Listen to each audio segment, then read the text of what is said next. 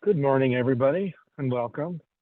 My name is John Binder. I'm the Deputy Commissioner for Climate Change, Air Resources, and Energy at the New York State Department of Environmental Conservation. Thank you so much for joining us today for our third webinar of the week, all part of our second phase of pre-proposal stakeholder outreach on the development of the New York Cap and Invest program, or NYCI.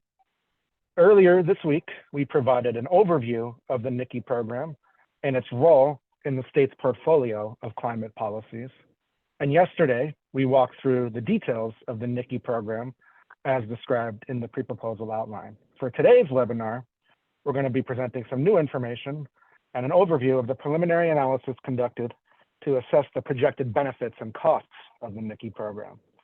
Before we do dive into the content, I want to pass it over again to Anna from CADMIS, who will describe the procedures for today. Anna? Yeah, thanks, John. So just as a reminder that as an attendee, you will not be able to unmute or turn on your video. Attendees will, however, be able to submit questions via the Q&A feature.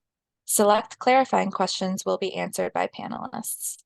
If you're having tech issues and would like help, you can also submit a request via the Q&A feature, and we will do our best to assist you. If you cannot hear the presentation, you can configure your audio settings by clicking the arrow in the audio box. This will allow you to change the speaker settings. If you're having connectivity issues, you can also press switch audio to phone, and this will allow you to listen to audio of the webinar through your phone.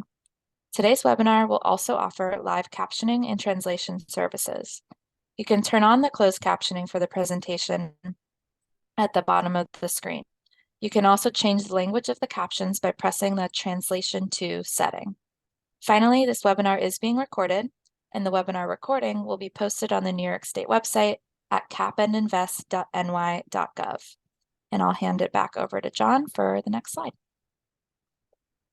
Thanks very much, Anna. And thanks again to all of you for joining us today. I know that many of you here are very eager to hear about some of the new information and the information from the analytical team regarding the preliminary analysis and results.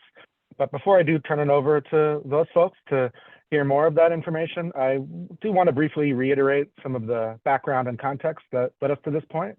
And some of this will be familiar to those of you who have been following this program development process or following the Climate Leadership and Community Protection Act.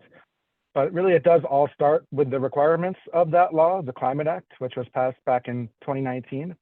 And this NYCI program will be a key part of our suite of policies and programs that will help us to meet the emission limits set forth in the Climate Act, along with other requirements that the law sets out. The Climate Act requires that the state reduce statewide emissions of greenhouse gases by 40% from 1990 levels by 2030 and 85% by 2050.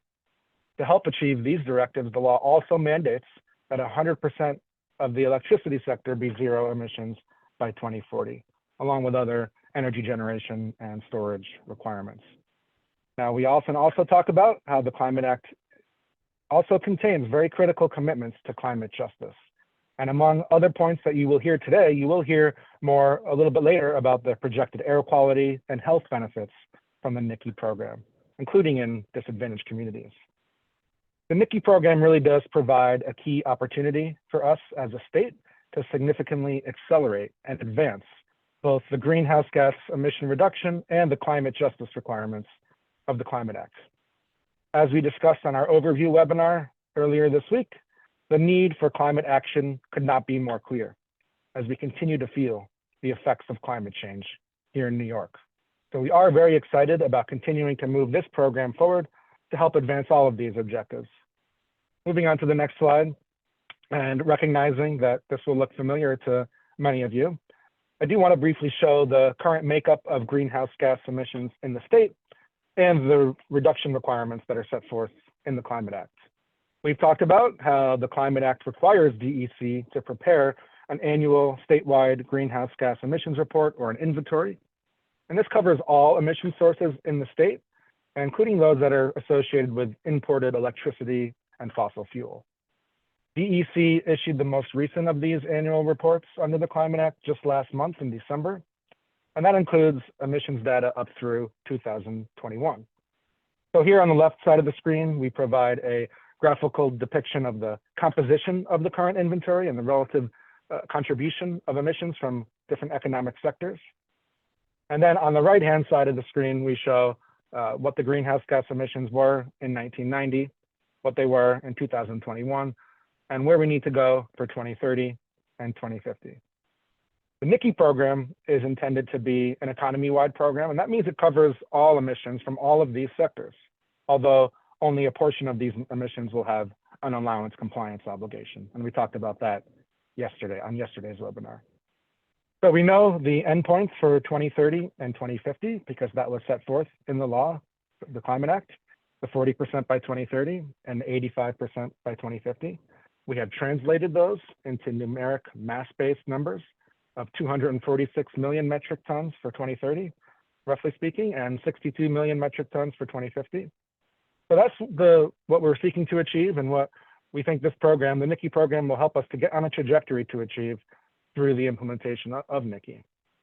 So these numbers will serve as the emissions cap for 2030 and 2050. And this is part of the assumptions in the modeling and analytical work that you'll hear more about in a few moments. Moving on to the next slide, just to briefly reiterate and summarize the process that has led us to this point, which again, I know will be familiar to many of you who have been following this process for the last weeks or months or years, but that Climate Act did create a Climate Action Council whose job it was to develop a scoping plan of recommended actions to help us achieve the emission reduction requirements in the law. At the end of 2022, after a very extensive multi-year process, the Climate Action Council, among other recommendations, also recommended an economy-wide cap and invest program as the most cost-effective means of helping the state to achieve those emission limits. Consistent with those recommendations, the Governor Hochul announced the development of an economy-wide cap and invest program in her State of the State address last year. The governor directed DEC and NYSERDA to establish this program.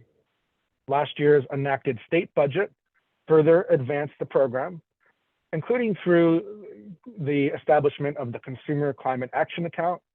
And you'll hear more about the projected benefits of that later when we get to some of the analysis, along with other directed investments to help the transition to a clean energy economy. So we are now working together at DEC and NYSERDA to develop this program, to work together with our other complementary programs and policies addressing climate change and helping us to ensure we meet the emission limits along with the equity requirements of the Climate Act.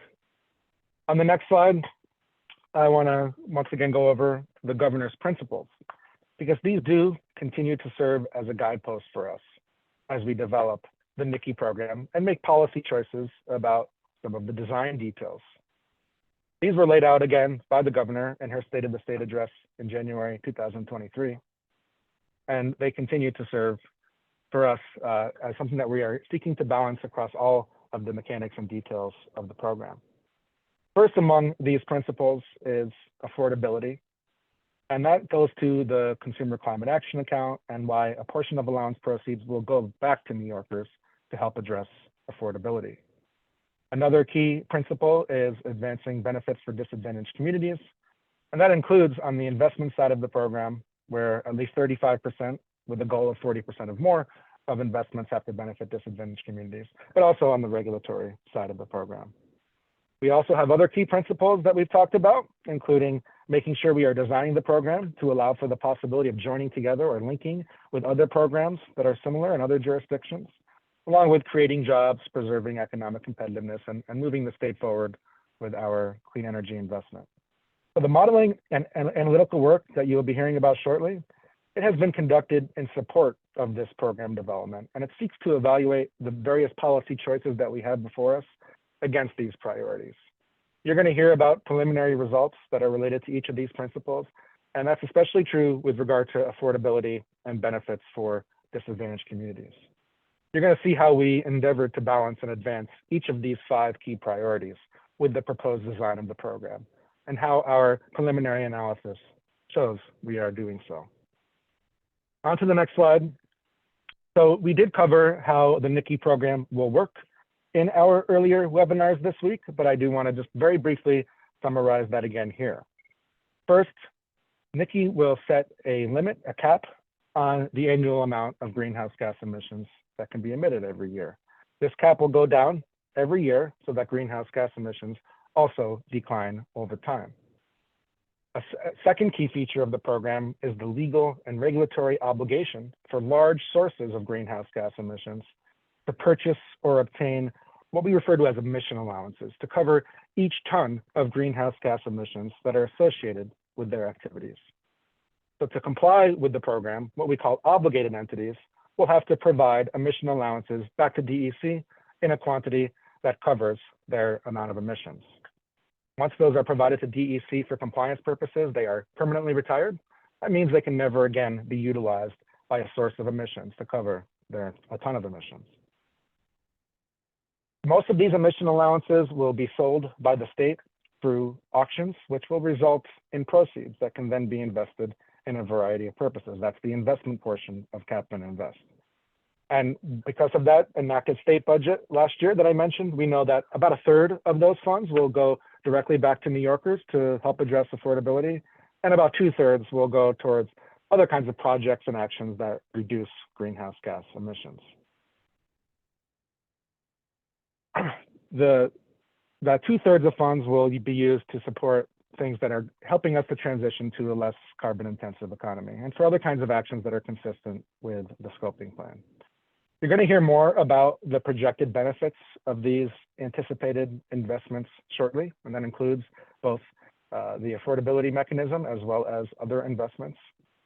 But I do want to also just mention finally that always at the top of our minds as we've been designing this program is prioritizing frontline disadvantaged communities, because we do recognize that these communities have for far too long suffered from pollution as a result of longstanding environmental injustice.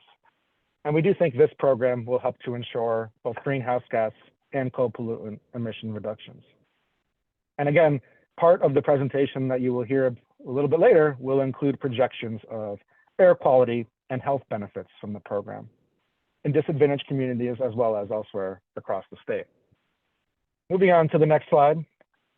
We recognize that this is a complex and comprehensive policy. And given that, DEC and NYSERDA did identify the need to really provide a critical analytical eye towards the policy design choices that we have before us.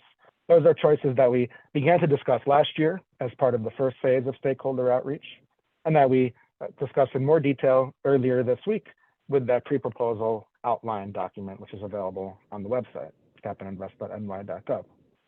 So today's webinar is focused on the preliminary analysis that we've undertaken, really to try to provide objective information and data that will inform the design of NYCI, while also making sure that we are being consistent with the principles that the governor laid out for us, along with recommendations from the scoping plan. We designed this research effort really to assess the potential emissions benefits of the program, market outcomes, disadvantaged community benefits, air quality and health benefits, job creation opportunities, and other types of effects of the NYCI program that are really based on various choices that we have before us and that we may propose and adopt. As Vlad from NYSERDA will explain shortly, the analytical work that we're presenting today is preliminary because, again, as we've been continuing to emphasize, we have not yet made final choices on any of these program design elements. That's because we continue to seek your input. We do intend to provide updated analyses as part of the formal regulatory process that will come later. And those will align with, that analysis will align with the decisions and policy choices that we make at that point. Moving on to the next slide, which is about process and timeline. And I know, again, this is one that will look familiar to some of you, but I do want to just reiterate where we are in the process. So if you joined us for either of the two webinars this week, you've heard this before, but we've been emphasizing how developing a program like this is complex. And so that's why we have intentionally designed the process to seek feedback from all of you in multiple stages. So we completed that initial stage or phase of outreach last year that included a series of webinars and roundtables with climate justice advocates and labor groups. We got input on that. We then are now in the second stage because we are now gathering input on the pre-proposal outline that we released along with the analysis that we're going to be presenting shortly. So Then after this, we will be assessing the input that we receive and developing a formal regulatory proposal. Also finalizing the analysis to align with the choices that we make in that regulation, because again, we have not yet made final choices, and that'll come later on over the course of this year. Now, because the use of proceeds and the investment side of the program is so crucial to ensuring both program affordability and reduced emissions, we will also be taking input on this investment side of the program throughout the course of the year. That will ultimately require engagement with the legislature. Moving on to the next slide. And again, as we have been repeating throughout the course of this week, we do want to remind folks how you can stay involved and learn more about the ongoing NYCI program development process. So you can sign up for the Climate Act mailing list to receive email alerts. As Anna mentioned, the slide deck and recording of today's webinar will be posted on the CAP and Invest website, capandinvest.ny.gov. You'll be able to find materials from past webinars, along with future webinars that we may hold. That includes key materials like the pre-proposal outline document, which we talked about yesterday, and the climate affordability study. You can also submit comments directly on the website, and you'll hear more about that process at the end of today's presentation. Moving on to the next slide. In addition to the slide deck and the recording of today's webinar, we are expecting that there will be additional slides, data, and other information that detail the outcomes and impacts that we're discussing today. We're expecting those to be available shortly on the CAP and Invest website.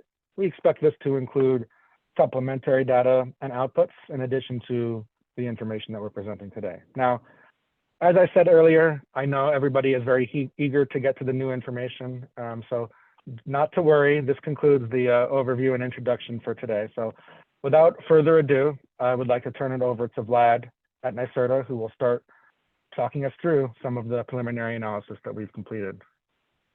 Vlad, over to you. Thanks, John. Thanks so much. As John said, I'm Vlad Gutman-Britton. I'm the Director for Policy and Analysis. We're going to cover a lot of ground today, so I'll just start by giving you a roadmap of what the topics that we'll be able to discuss over the course of the next the next amount of time here that we'll spend together. So I'll start first with a description of the scenarios we analyzed and the methods we employed to analyze them.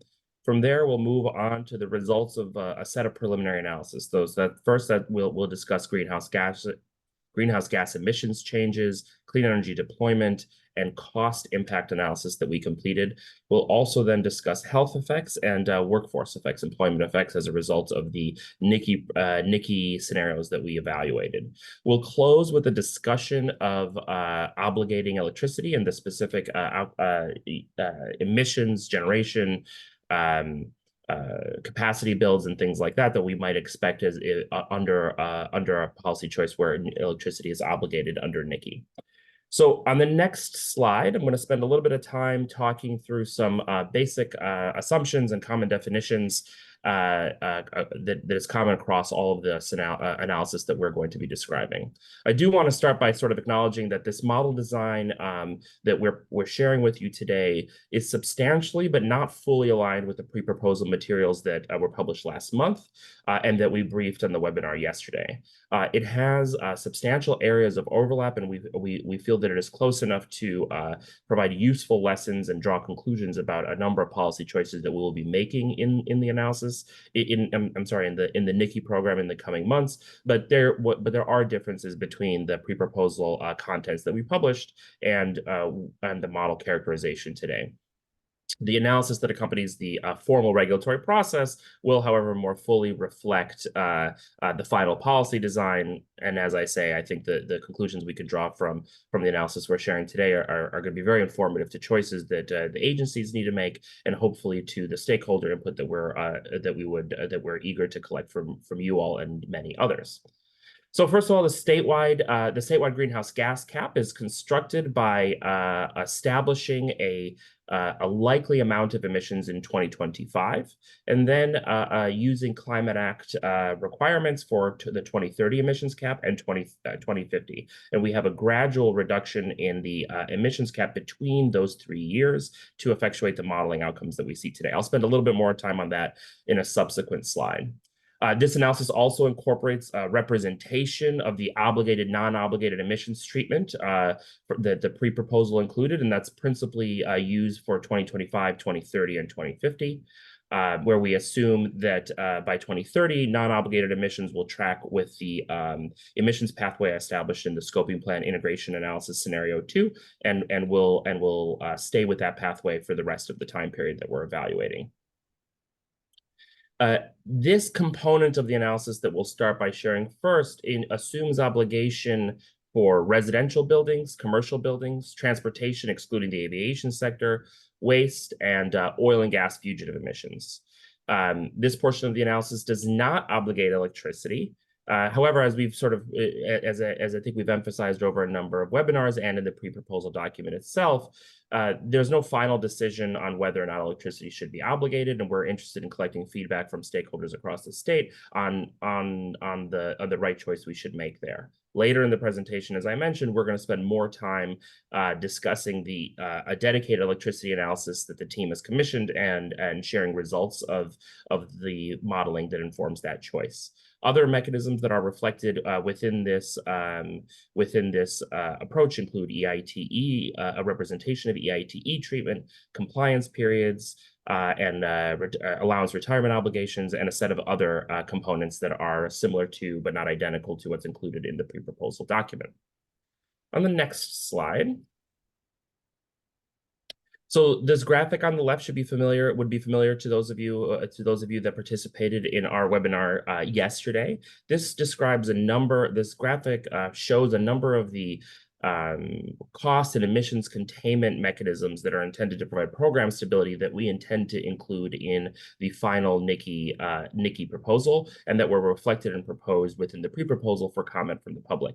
However, for the purpose of today, we're principally focusing on the functionality of the price ceiling mechanism itself. So as a reminder, the price ceiling within the pre-proposal operates by selling at a predetermined price, a price established by the rule, an unlimited number of price ceiling units subject to a series of restrictions, meaning that we won't sell, whatever the demand is for price ceiling units, irrespective of the amount needed to comply with the program, but we will sell whatever to obligated entities the amount of price ceiling units they need to come back into compliance. Price ceiling units are incremental, that is additional to the allowance budget in any given year, and again would be available in the volumes needed to satisfy compliance obligation for any obligated party operating within the system at a price that is predetermined and set by rule. On the next slide.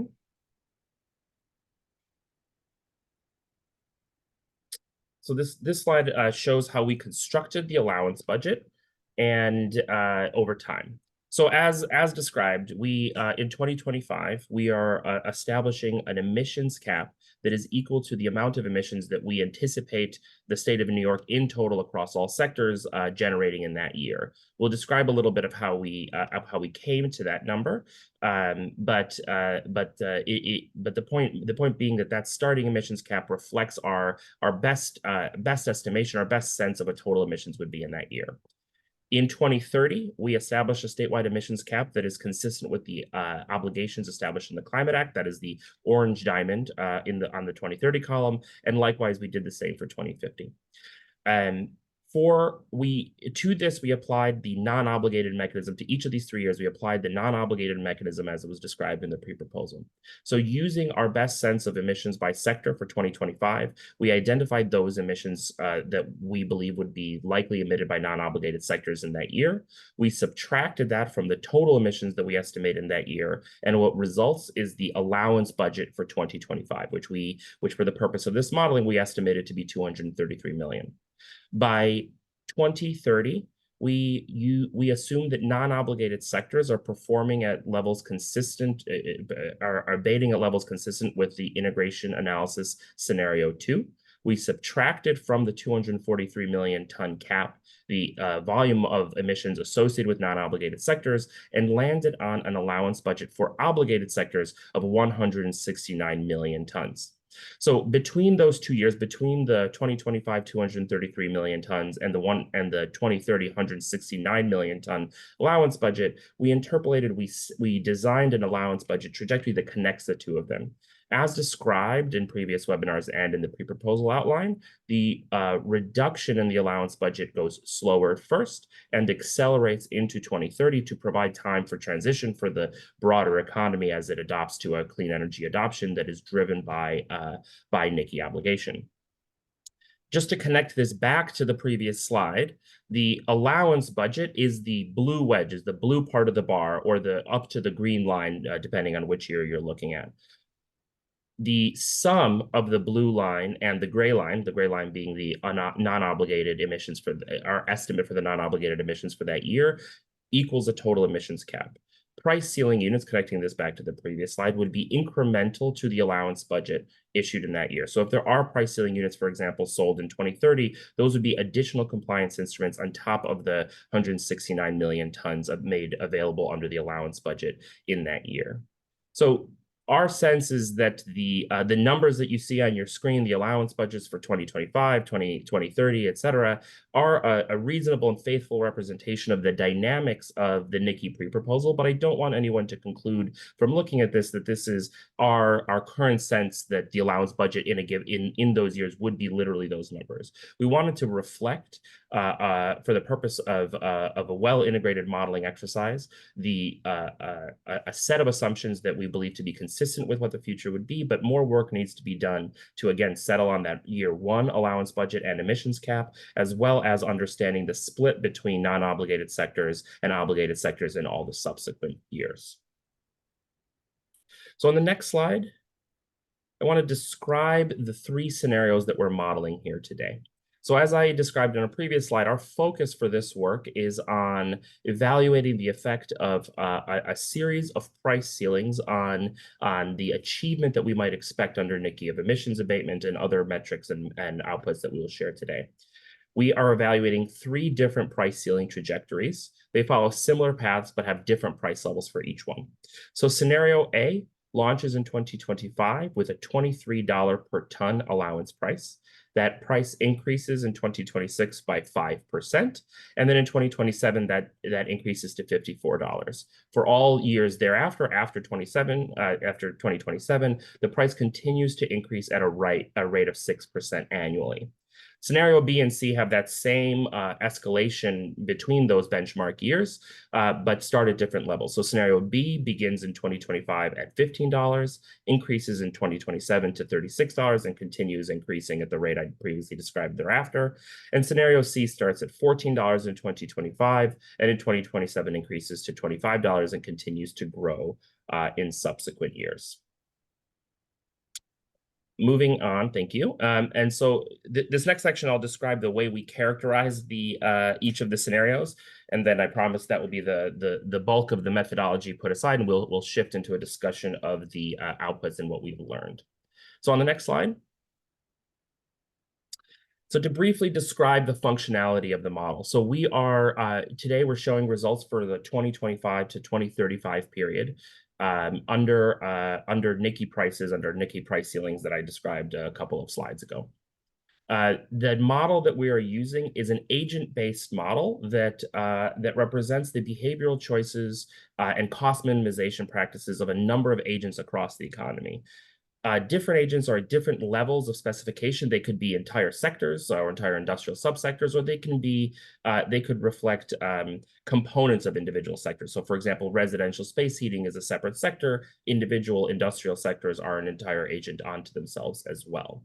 The modeling enables us to, this core model, the market model that we are employing, provides us a number of outputs that are, highly informative. That's things like allowance prices, allowance supply and demand, sectoral emissions changes, and changes in in technology deployment and types of technology New Yorkers and New York businesses use to meet their energy needs. We then employ the outputs of this model to extend our understanding of NYCI's impacts to a variety of other purposes. So as I described, we will employ this to understand and evaluate household cost impacts, health and air quality impacts, workforce, and a series of other considerations that we'll be sharing with you over the next couple of hours.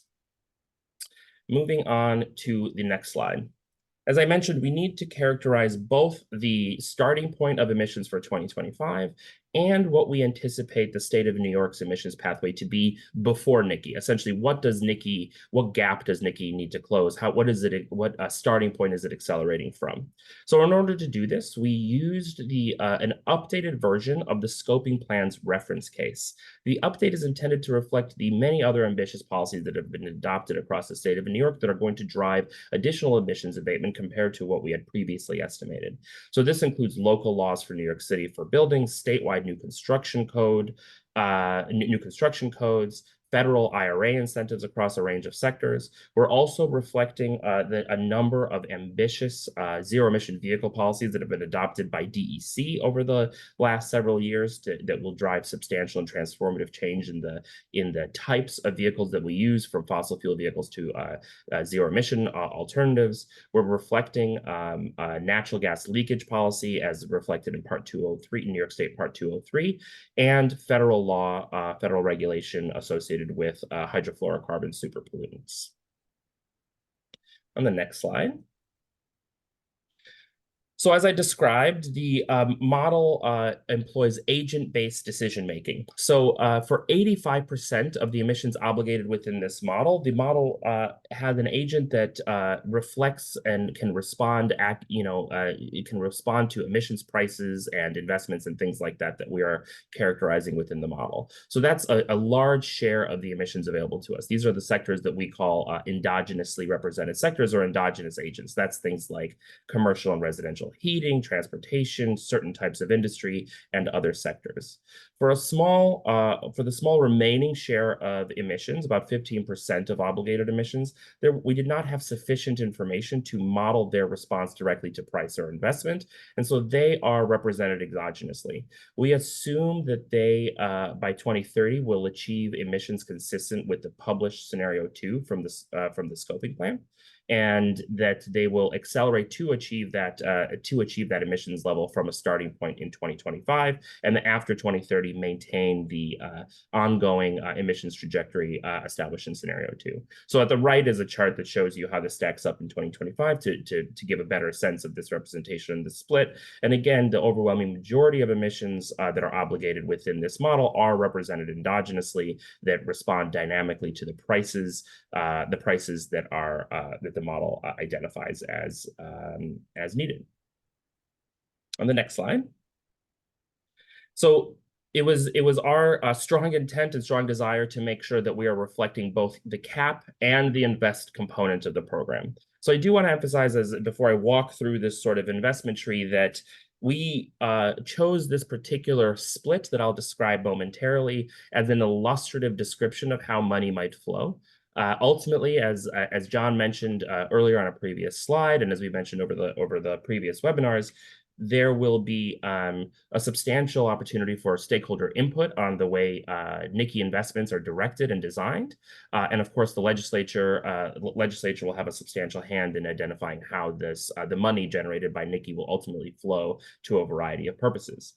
All that being said, we did want to make sure that we had some representation for the substantial investment opportunity that NYCI presents.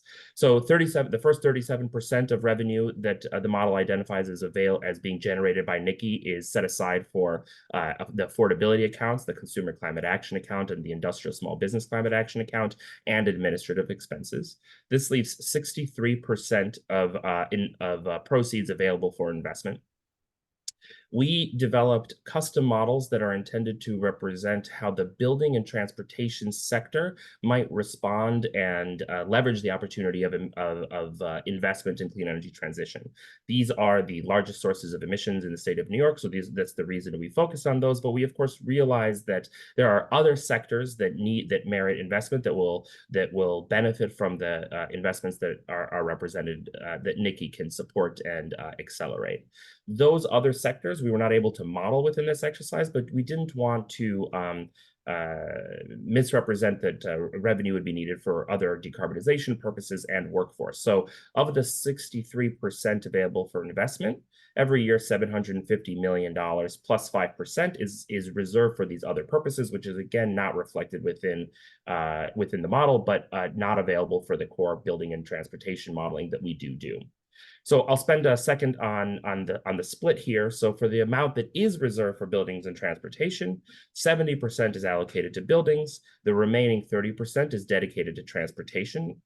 For the buildings, we seek to represent different market segments and how they respond differently and need different treatment from state investment policy. So there's a residential market rate segment. There's a residential LMI, low and moderate income households, and the benefits that we want to dedicate to those sectors and the commercial sector. And we wanted to make sure to reflect the fact that, for example, residential LMI requires a different approach to overcome financial and non-financial barriers that people in that segment may experience. And so we wanted to have different treatment for each of these sectors to more accurately reflect what it would take and what the opportunities of investment in those sectors are. On the next slide, on slide 22, this is two tables that show the types of investments made available and funded by the transportation portion of the investment. So we split that 30% that is going to transportation evenly between electrification and vehicle travel reduction strategies. And you can see that there's a wide diversity of types of investments that this tranche of funding can support. There's electrification of different types of vehicles, as well as associated charging and fueling infrastructure. And on the right, with the vehicle travel reduction strategy, a large diversity of opportunities there, including expansion of transit service, land use and smart growth, maintenance and improvement of existing service, and other strategies along those lines. So I'm happy to say that is the last methodology slide until for some time. And so I wanted to start by sharing with you all some of the initial conclusions that we drew from this work before providing some additional detail on these conclusions and unpacking them. So the first thing we learned is that all three price ceilings that I described are binding. This means that they provide a limit to potential emission prices, potential allowance prices. That limits the associated upfront cost, the direct impact on the cost of energy, but it also limits emission reductions. We were happy to see that under all three price ceilings, obligated sectors substantially accelerate their progress to achieving 2030 climate act goals. The NYCI at all three price levels is a really transformative policy that drives substantially more emission reductions and clean energy deployment than we would anticipate in absence of NYCI. It's a really substantial commitment to the clean energy transition in New York.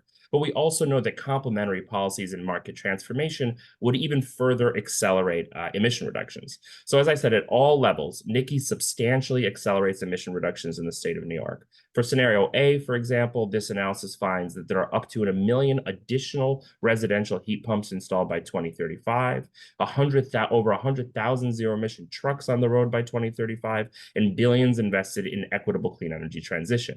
Total revenue by 2030 across these three scenarios ranges between $6 billion and $12 billion a year, with a substantial portion of that reserved for investments. And that offers a really transformative new commitment to clean energy deployment and emission reductions in the state of New York.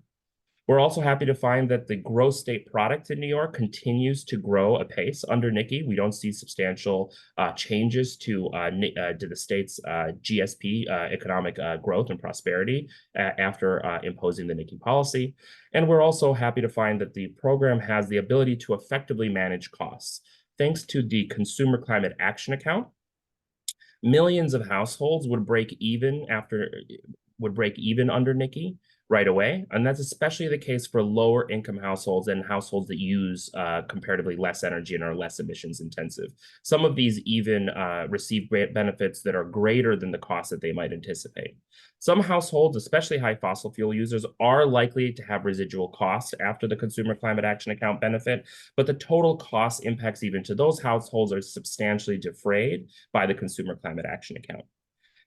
One final really essential conclusion on this slide is that we learned that NYCI investments, the investments that NYCI is able to dedicate to clean energy transition, to clean energy deployment, are themselves an essential affordability strategy. So the program's ability to support the deployment of electric vehicles, support the deployment of heat pumps and energy efficiency, improve transit and the like, are all strategies that the program supports that reduce the cost exposure of New York households and businesses to the NYCI price and really helps manage and reduce costs over the long term. On the next slide, I'll discuss the annual emissions limits, the outcomes that we see thanks to NYCI. So again, as I mentioned, the NYCI price is the NYCI price ceiling, pardon me, is binding on the system, meaning that it does limit the prices compared to what would happen in absence of the price ceiling. Nonetheless, it really drives a substantial amount of reductions across the New York economy, thanks to the investments and price signal that the policy sends. So for scenario A, that means that by 2030, annual emissions will have fallen 39 million tons every year compared to the emissions in 2025 without NYCI. That means obligated sectors in that year are emitting 194 million tons, which is again a reduction of 39 million tons annually. For scenario C, on the flip side, we also see a substantial amount of reductions of 36 million tons annually, and obligated sectors are responsible for 197 million tons in that year. To the right, you can see how that kind of breaks out across buildings, transportation, and all other sectors, and you can see substantial reductions in the buildings and transportation sector, and we'll spend a little bit more time on that on the next slide. So this slide is intended to kind of break out and take a look at the emissions abatement opportunity from NYCI across these scenarios in a different way. So you can see that scenario A, so on the left, what you see is the cumulative avoided emission reductions compared to the reference case in each of these three cases. And you can see that scenario C reduces over 100 million, nearly 110 million tons of emissions in total between 2025 and 2035. And however, scenario A goes a decent amount further, reduces an additional 39% to a total of a nearly 152 million cumulative tons avoided over that 10-year period.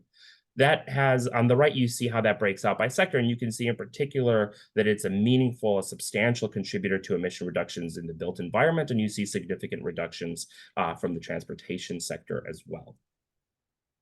On slide 26.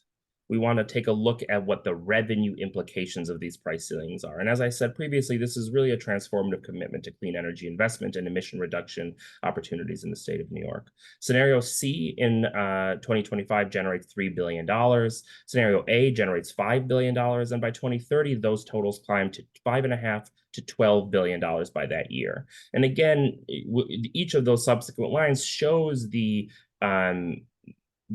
model representation of how that investment would flow. And of course, that needs to be upgraded and informed by stakeholder input and the legislature over time. But in order to represent investment, we want to make sure to understand the opportunity for it. And so based on the model description, the investment tree that I showed previously, you can see the opportunity for investment that NYCI provides. So residential LMI households by 2030 would be receiving, under the construction that I previously shared, over $2 billion a year under scenario A and about $1 billion in scenario C. Commercial buildings and residential market rate households would together be benefiting from about equal amount of investment cumulatively, and transportation as well receives between $1 and $2 billion per year by 2030. And that stays relatively steady, though continues to slightly increase in the subsequent years. On slide 27, I want to take a look at a different way of understanding what the kind of clean energy deployment implications of these scenarios is. So On the left, what we're showing is a few different ways of understanding how residential heat pumps are deployed. So at the bottom, you see kind of a gray bubble that shows you the amount of heat pumps that we would expect to be deployed in that year in absence of NYCI. The bars show the additional deployment thanks to NYCI under each of the three scenarios, and the bubbles, the colored bubbles on top, is the cumulative amount thanks to existing policies plus the NYCI transformation that we can anticipate. So by 2030, NYCI in scenario A doubles residential heat pump deployment in scenario A from about 350, 370 million residential heat pumps to about 720,000 residential heat pumps in that year. Scenario C gets us to about 500,000 residential heat pumps in total deployed in that year. And you can see that this growth continues to accelerate and climb by 2035.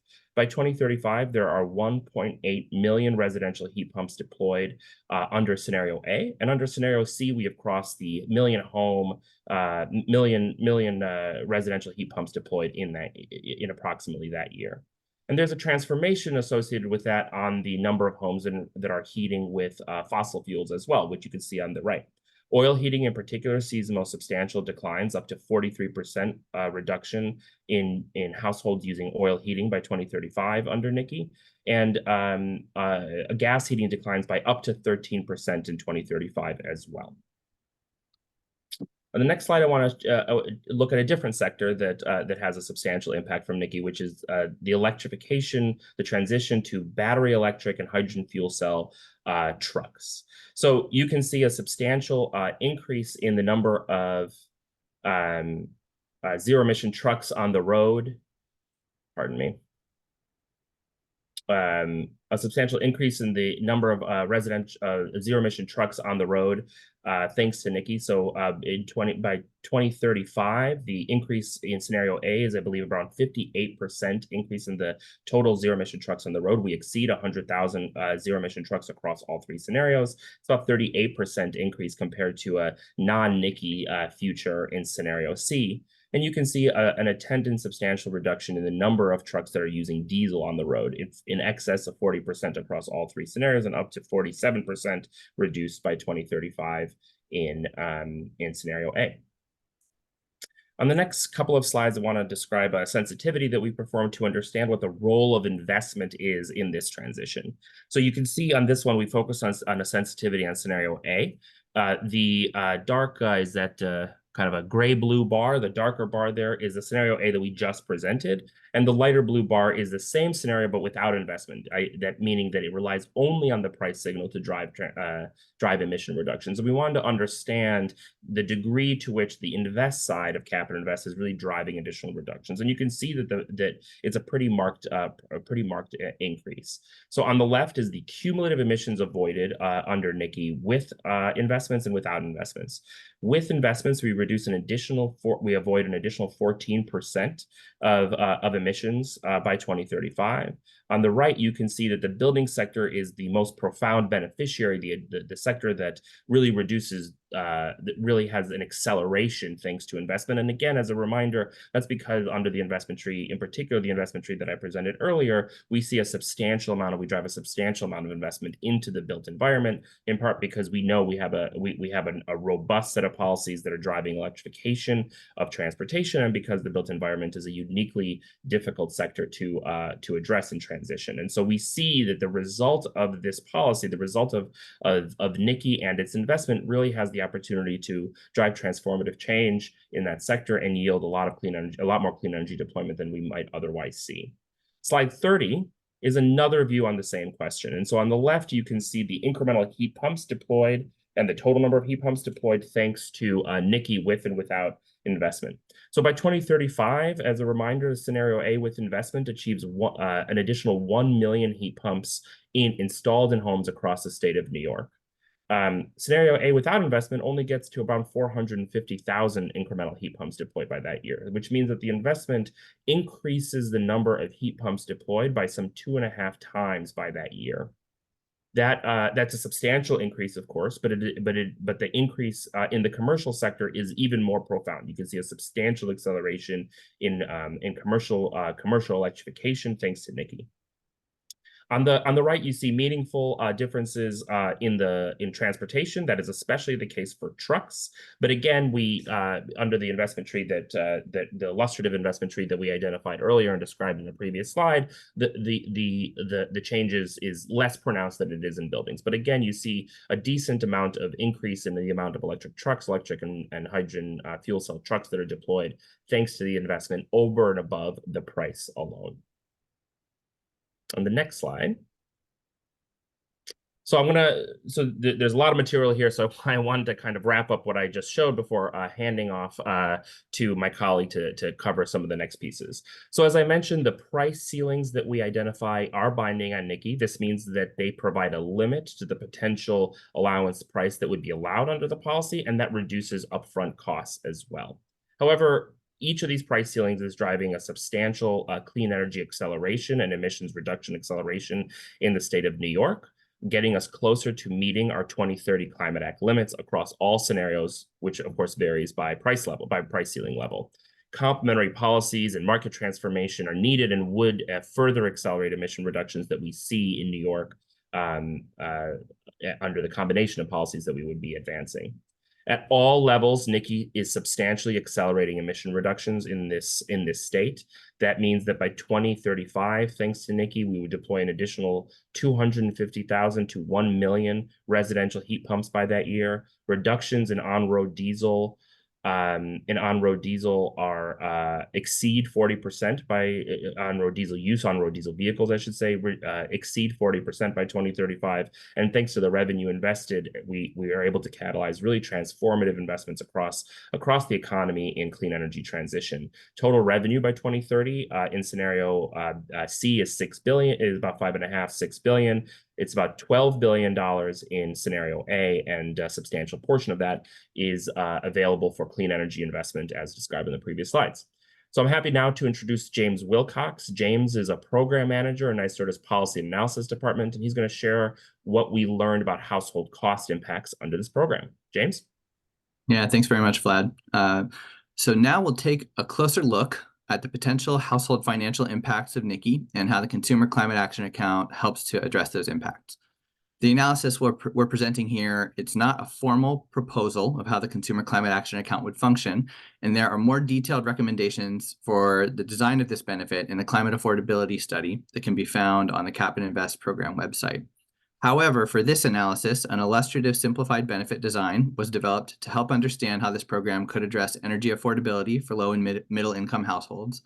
As such, it first applies an illustrative income threshold where 80% of households under this approach receive a benefit, and then applies a regional adjustment factor based on average emissions intensity of households in different parts of the state, which allocates a higher benefit to areas of the state with colder weather and less access to transit.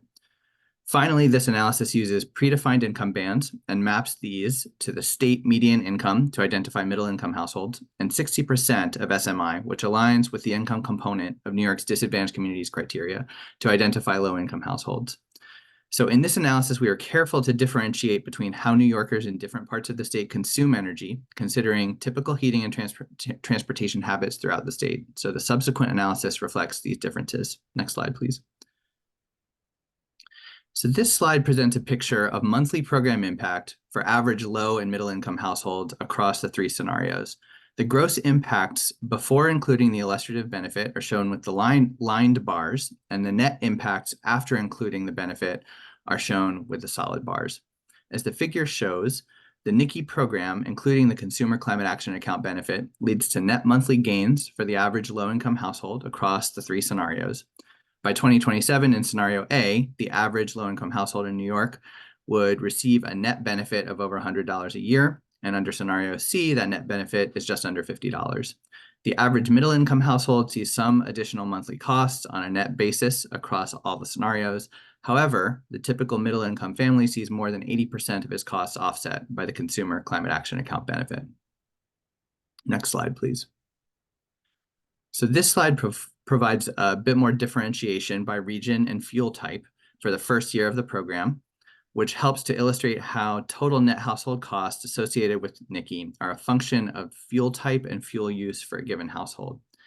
As you can see, looking from left to right on this chart, Across all pricing scenarios, middle and low-income households whose energy consumption is typical for their income level that use gasoline vehicles and heat with fossil fuels, these are on the left, are likely to see a net cost in all parts of the state. While the Consumer Climate Action Account is offsetting a great majority of their costs, some remain. Depending on the household income level and the part of the state, the cost may range from as little as $12 a year to up to $180, with net impact lower under scenarios B and C than A.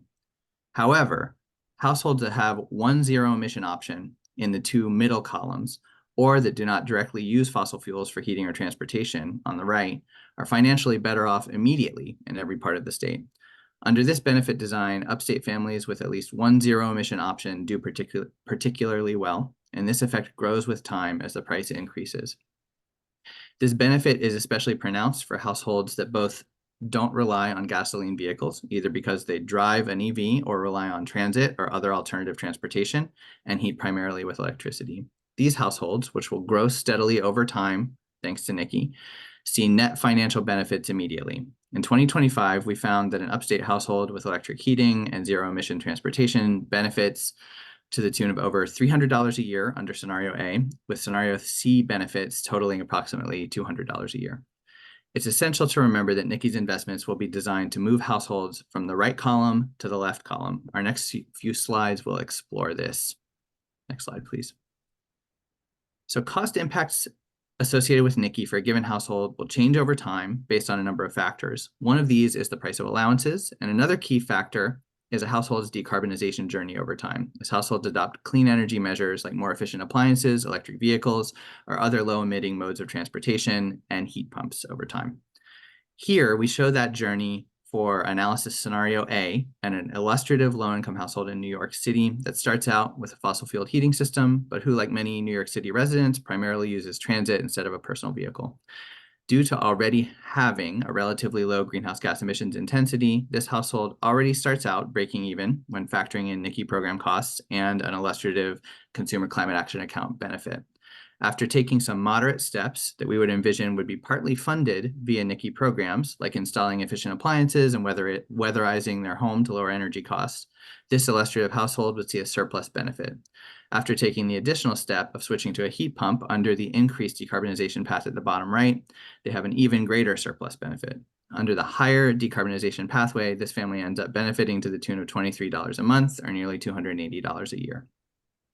So in addition to NYCI offering direct support on energy affordability, program revenue can be used to reduce the cost to households of investments in measures like weatherization and heat pumps, further driving NYCI program affordability for households. Next slide, please. So here we show an illustrative decarbonization journey for a middle-income household upstate that starts out with 2 gasoline-powered cars and a fossil-fueled heating system.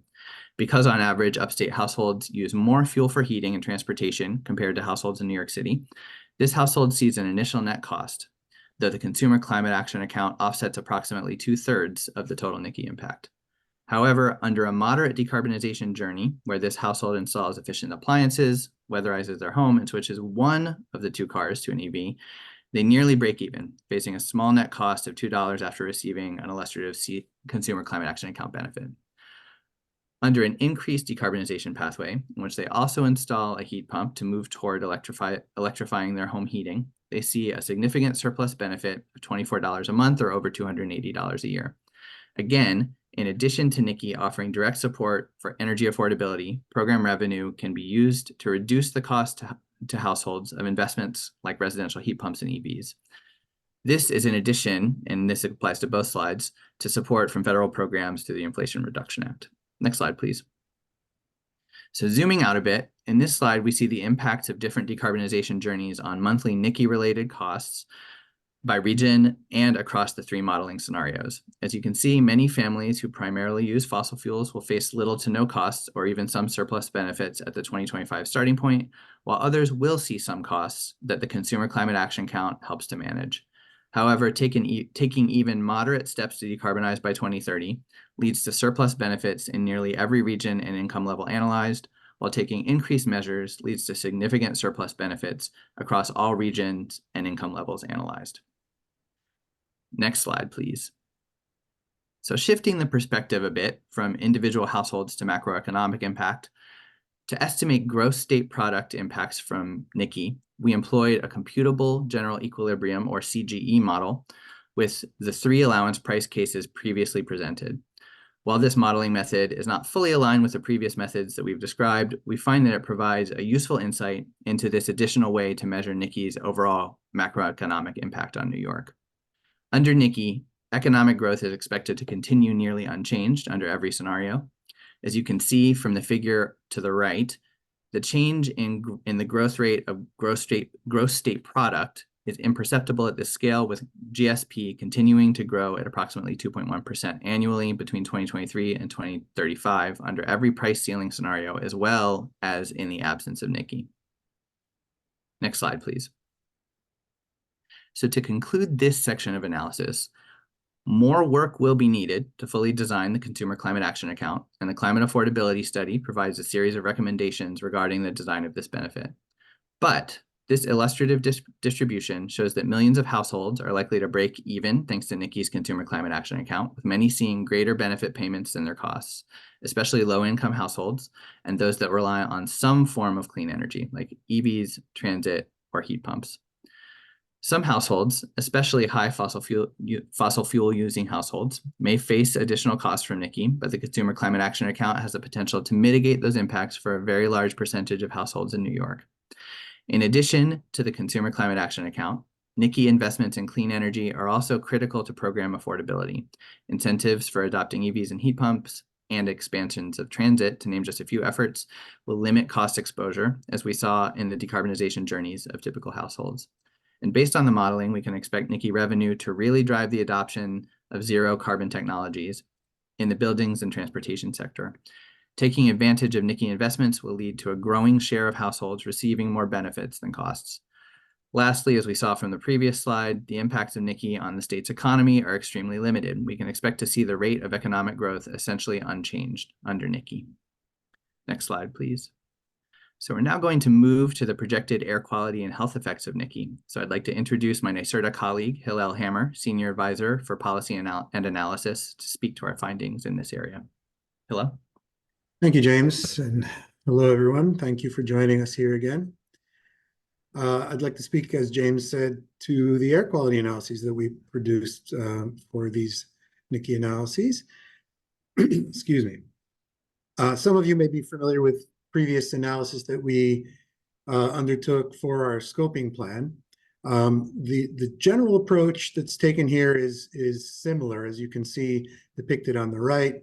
Overall, we're going from fuel consumptions by sector or other econometric representations of that energy use through changes in air pollutant emissions to the air quality effects, the concentrations in various locations. And based on that, we estimate what the impact is on health. So if you reduce emissions, you reduce concentrations, you reduce health effects. And we also put a dollar value on those. So we'll be presenting both the physical and the dollar perspectives here today.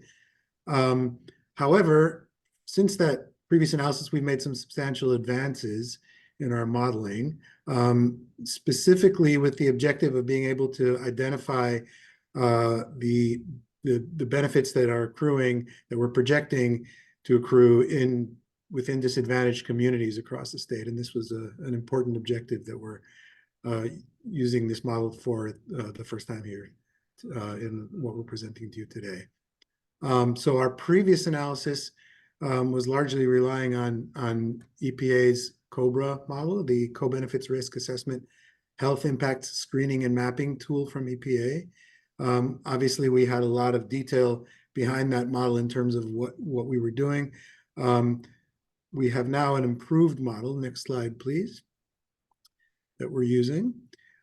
This is a model, and thank you to our friends at the University of North Carolina who developed this model originally.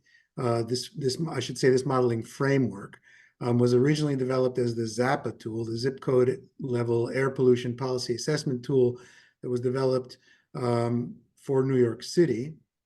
we've taken that same framework and expanded it to apply to the entire New York State. By region, I'm showing you this map here of the regions within the state. The model is a hybrid essentially of two models. One is a detailed dispersion model based on C-tools, which is maybe similar to the AirMod model some folks may be familiar with, within each of those regions, combined with a transport model that uses the same approach as COBRA, but in greater detail. So that adds in all of the emissions from each region on each other region and from outside of the state as well, to the regions within New York State. So this hybrid model essentially gives us a very good detail, both of the local effects from near source contributions, as well as the greater effects from transport of emissions and the chemical transformation that happens along the way. So this is a very robust model. Next slide, please. In order to produce that, of course, our inputs have to be at that same level. And so what we're looking at is, first of all, we have fairly detailed health incidence inputs at the basis of the model, and that is happening at the census tract level, which is the same as how we've defined our disadvantaged community areas. And so that input is there from the bottom up, but our emissions also have to be largely downscaled since our models are producing the environmental changes, the energy changes largely at the state level from the econometric model. We then downscale those in detail to all these within each of these regions down to a very detailed level. It varies somewhat by sector, as you can see here. I won't read all of this, but we use permitting data for large point sources. We use other metrics to show how emissions would be dispersed within commercial, within residential buildings. The on-road model includes substantial line sources for much of the highways and other representations within for area sources within the local roadways. We have non-road models based on whatever the best information we can apply. And combining all of this gives us a fairly detailed picture of our emissions and the changes, of course, in emissions based on the NYCI modeling. I will mention here, we point out residential use here. We've excluded residential wood combustion as a changing factor within the model, so that remains unchanged in the model.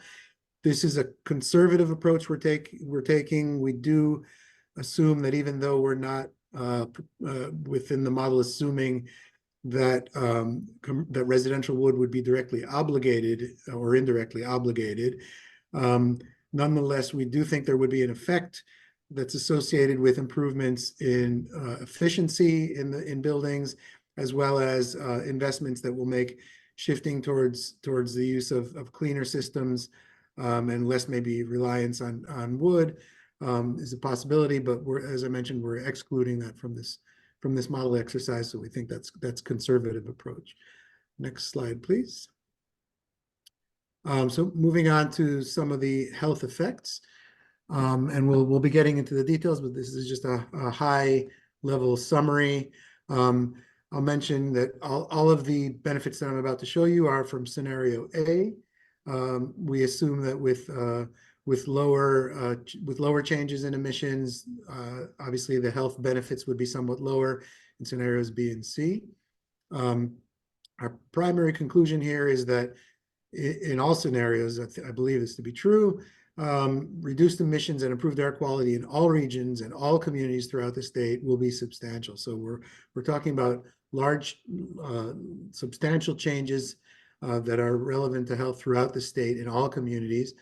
Disadvantaged communities would experience much greater benefits relative to the proportion population and in other metrics as well. So we see that as both higher reductions in the concentrations in those areas. So the actual benefits in those areas are higher.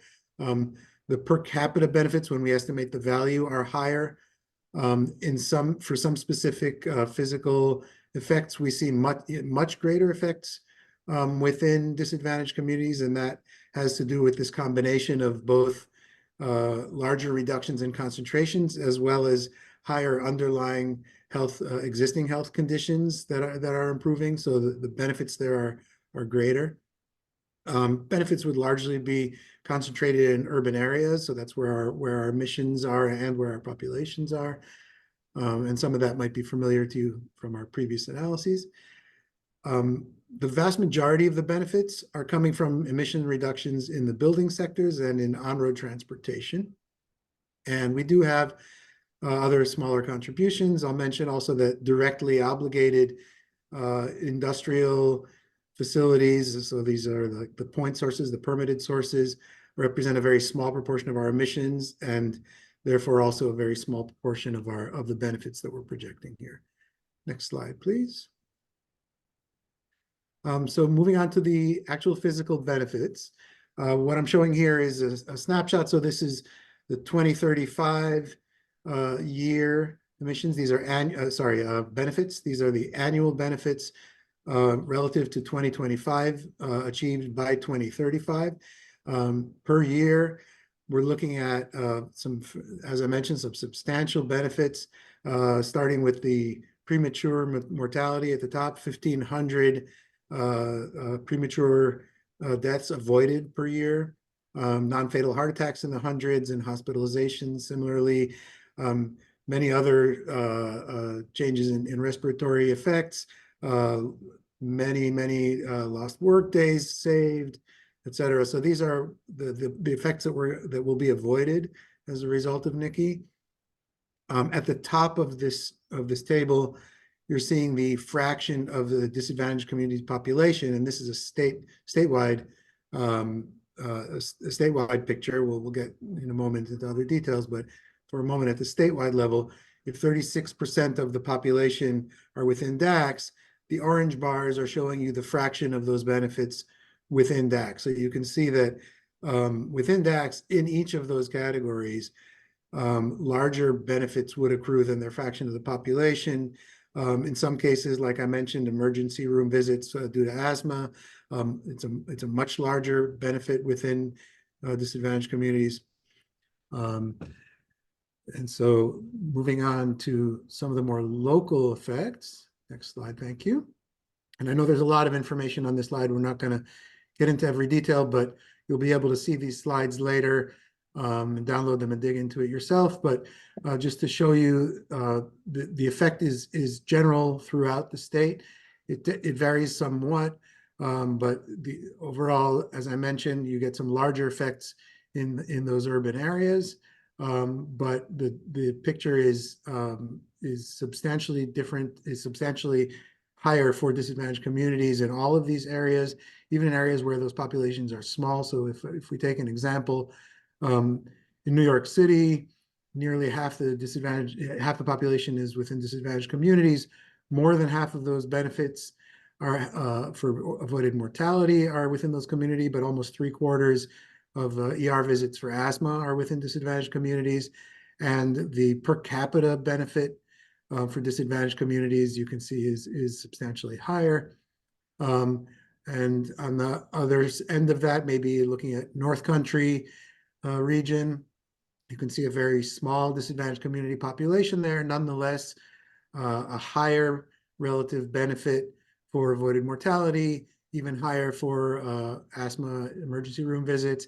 And nonetheless, per capita, the benefits are higher within those communities. So this is true throughout the state. Next slide, please.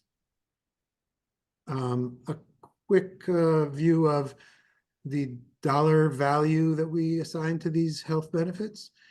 Looking at total benefits on the left, this shows how it progresses by year. So obviously this effect is increasing by year as we reduce our emissions. We show both the low and the high. So EPA has two ways of looking at the value of the emissions specifically for avoided mortality and for heart attacks. If you could think of that maybe as a range, but the low would be up to 7 billion in 2035 relative to 2025. So that's per year. up to 16 billion on the high end.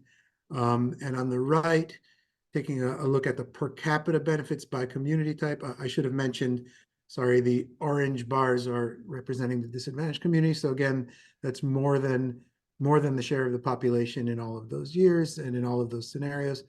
And this is, again, scenario A. On the right, looking at the benefits by community type on a per capita basis. And so you can see the disadvantaged communities at a statewide level have a substantially higher per capita benefit than the non-disadvantaged communities. But overall, all communities have are showing a substantial benefit from these emissions reductions. Next slide, please. Taking a look here at where these effects are coming from.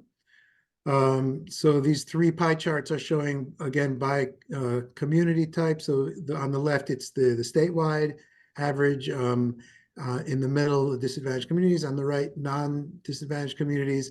There's not great differences between these. In all cases, we're seeing, as I mentioned, roughly 90% in total coming from buildings and on-road, about half and half each. A good amount also from non-road emissions reductions, a smaller amount from industrial, and within those industrial emissions, the point source, so those are our permitted sources, are providing a sliver of those benefits, less than 1% in total. Overall, again, substantial reductions in all areas, mostly coming from those two large sectors, so our reduced emissions in buildings and in on-road transportation. Next slide, please. I'm going to transition now to the workforce impacts. Take a look at what are the NYCI's potential impact on the state's workforce. So we analyzed employment effects of NYCI across 6 key sectors. That's that bullet list on the left. So electricity, fuels, buildings, transportation, industrial, and waste. Investments in these sectors track to changes in employment in 5 industries, including construction, professional services, manufacturing, induced employment in other industries, and other aspects of supply chain, such as wholesale and retail trade, transportation, distribution, agriculture, and mining. Employment effects were analyzed using IMPLAN, which is a software for measuring economic impact, and also the Jobs Economic Development Impact, or the JEDI model, from NREL, from the National Renewable Energy Laboratory. Both are industry standard input-output models that measure workforce impacts of investment into clean energy. The results I'm about to show you estimate net job changes from NYCI scenario A compared to the 2025 baseline. That's the baseline without NYCI. Changes would be smaller with lower emissions abatement, such as in scenarios B or C. Next slide, please. A quick summary of our conclusions. To summarize the findings, NYCI, alongside with policies like the Clean Energy Standard, helps support the creation of over 28,000 jobs by 2030, generated by energy transitions in 4 sectors: electricity, fuels, buildings, and industry. That growth is expected to continue in subsequent years. Excuse me. The job growth in these sectors exceeds job lost in other sectors, transportation and waste, which show a net loss, by a factor of about 9, and I'll show that in more detail in a moment. Most of the jobs NYCI supports by 2030 are in the construction industry, driven by electricity and building sector investments. Next slide.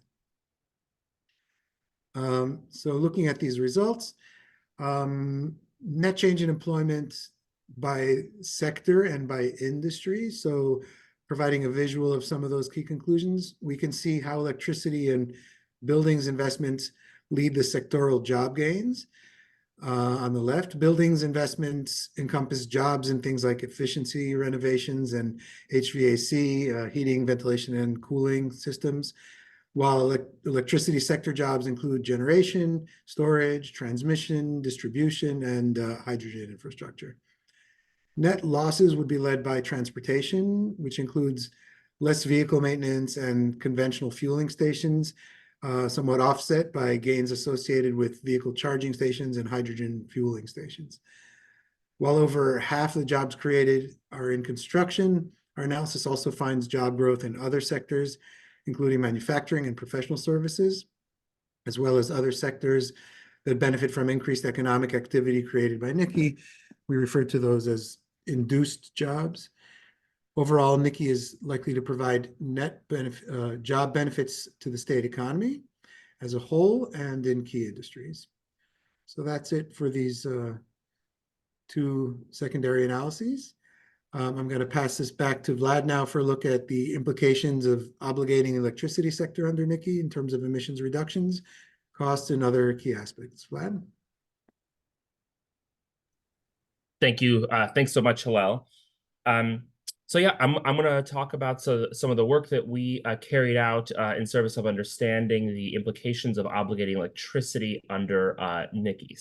So first is we'll discuss some of the methodology that we used. We used the integrated planning model. The integrated planning model is a capacity expansion model that seeks to solve for least cost capacity and generation mix while incorporating a series of constraints, which include clean energy requirements, procurement targets, physical constraints, carbon pricing mechanisms like RGGI, and others. It enables us to look at a large geographic footprint so that we understand what the impact of policy choices are, not just in New York, but for our larger regional area. So we evaluated 3 principal scenarios that are compared to one another to help us understand the impact of obligating electricity with NYCI. The outputs that I'll show you give us a sense of how the electricity system evolves and changes over time, how New Yorkers consume energy, cost impacts, emissions, and emissions leakage as well.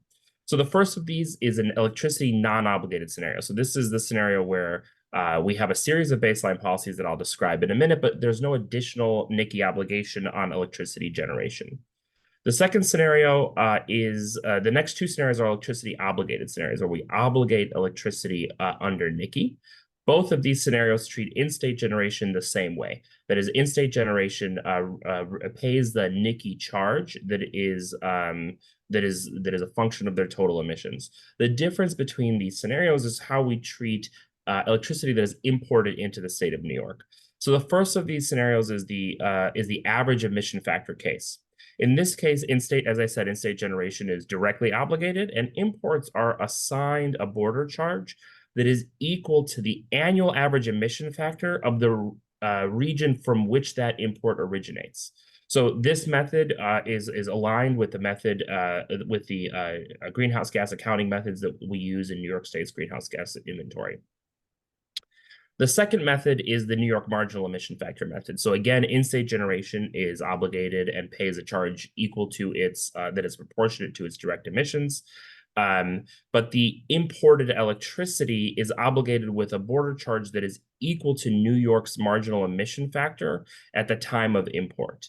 So the result of this is the New York marginal emission factor applies a higher price, generally speaking, to imported power than the average emission factor case. And that's because the marginal unit that is dispatched to meet demand, that is the last power plant that is used to meet demand in New York, generally has a higher emissions factor than the average emission factor from any given geography. And that's because the average emission factor considers and includes the zero emission resources that are available within that system, whether that's renewable generation like solar, wind, hydropower, and things like that, or nuclear generation. And so the result is that the average emission factor border charge, generally speaking, ends up being lower than the marginal emission factor border charge.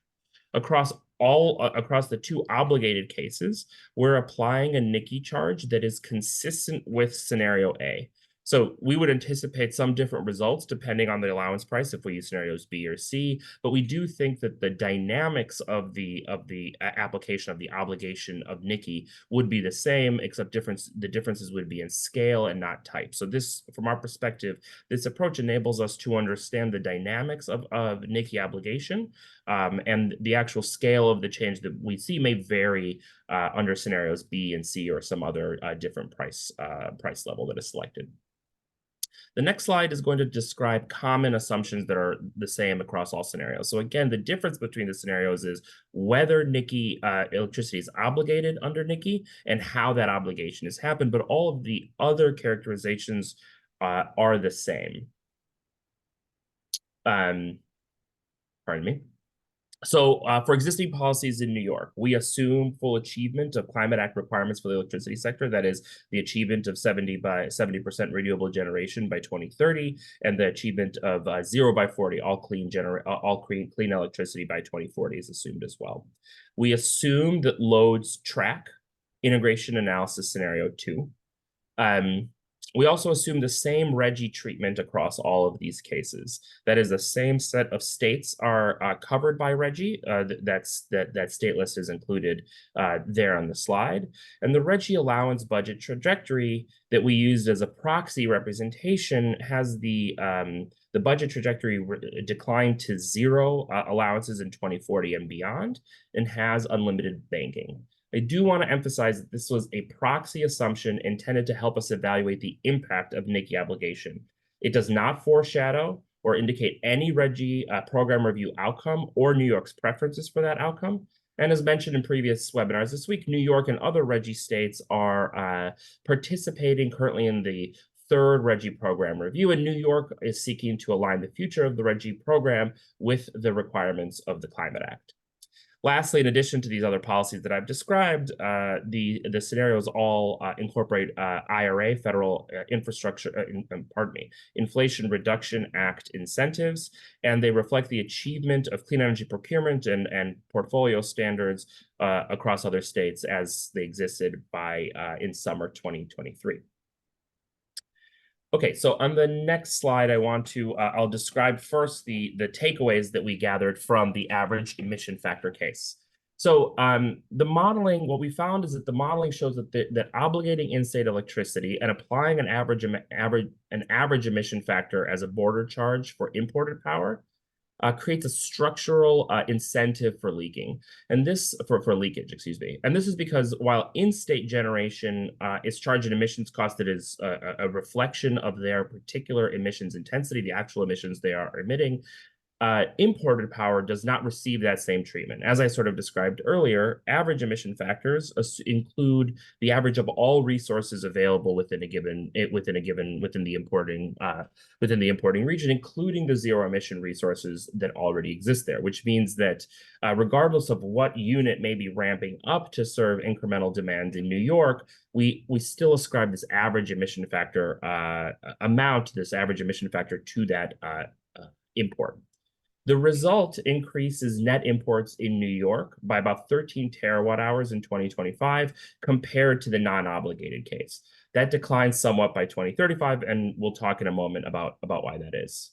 These imports, the substantial increase in imports displaces generation from in-state generators between 2025 and 2035, and this results in a pretty substantial reduction in greenhouse gas emissions associated with New York generation. But unfortunately, 82% of those reductions are projected to be offset by increased emissions out of state, because those imports that I described are in part backfilled by increased fossil fuel generation in other jurisdictions, including some increases in coal generation.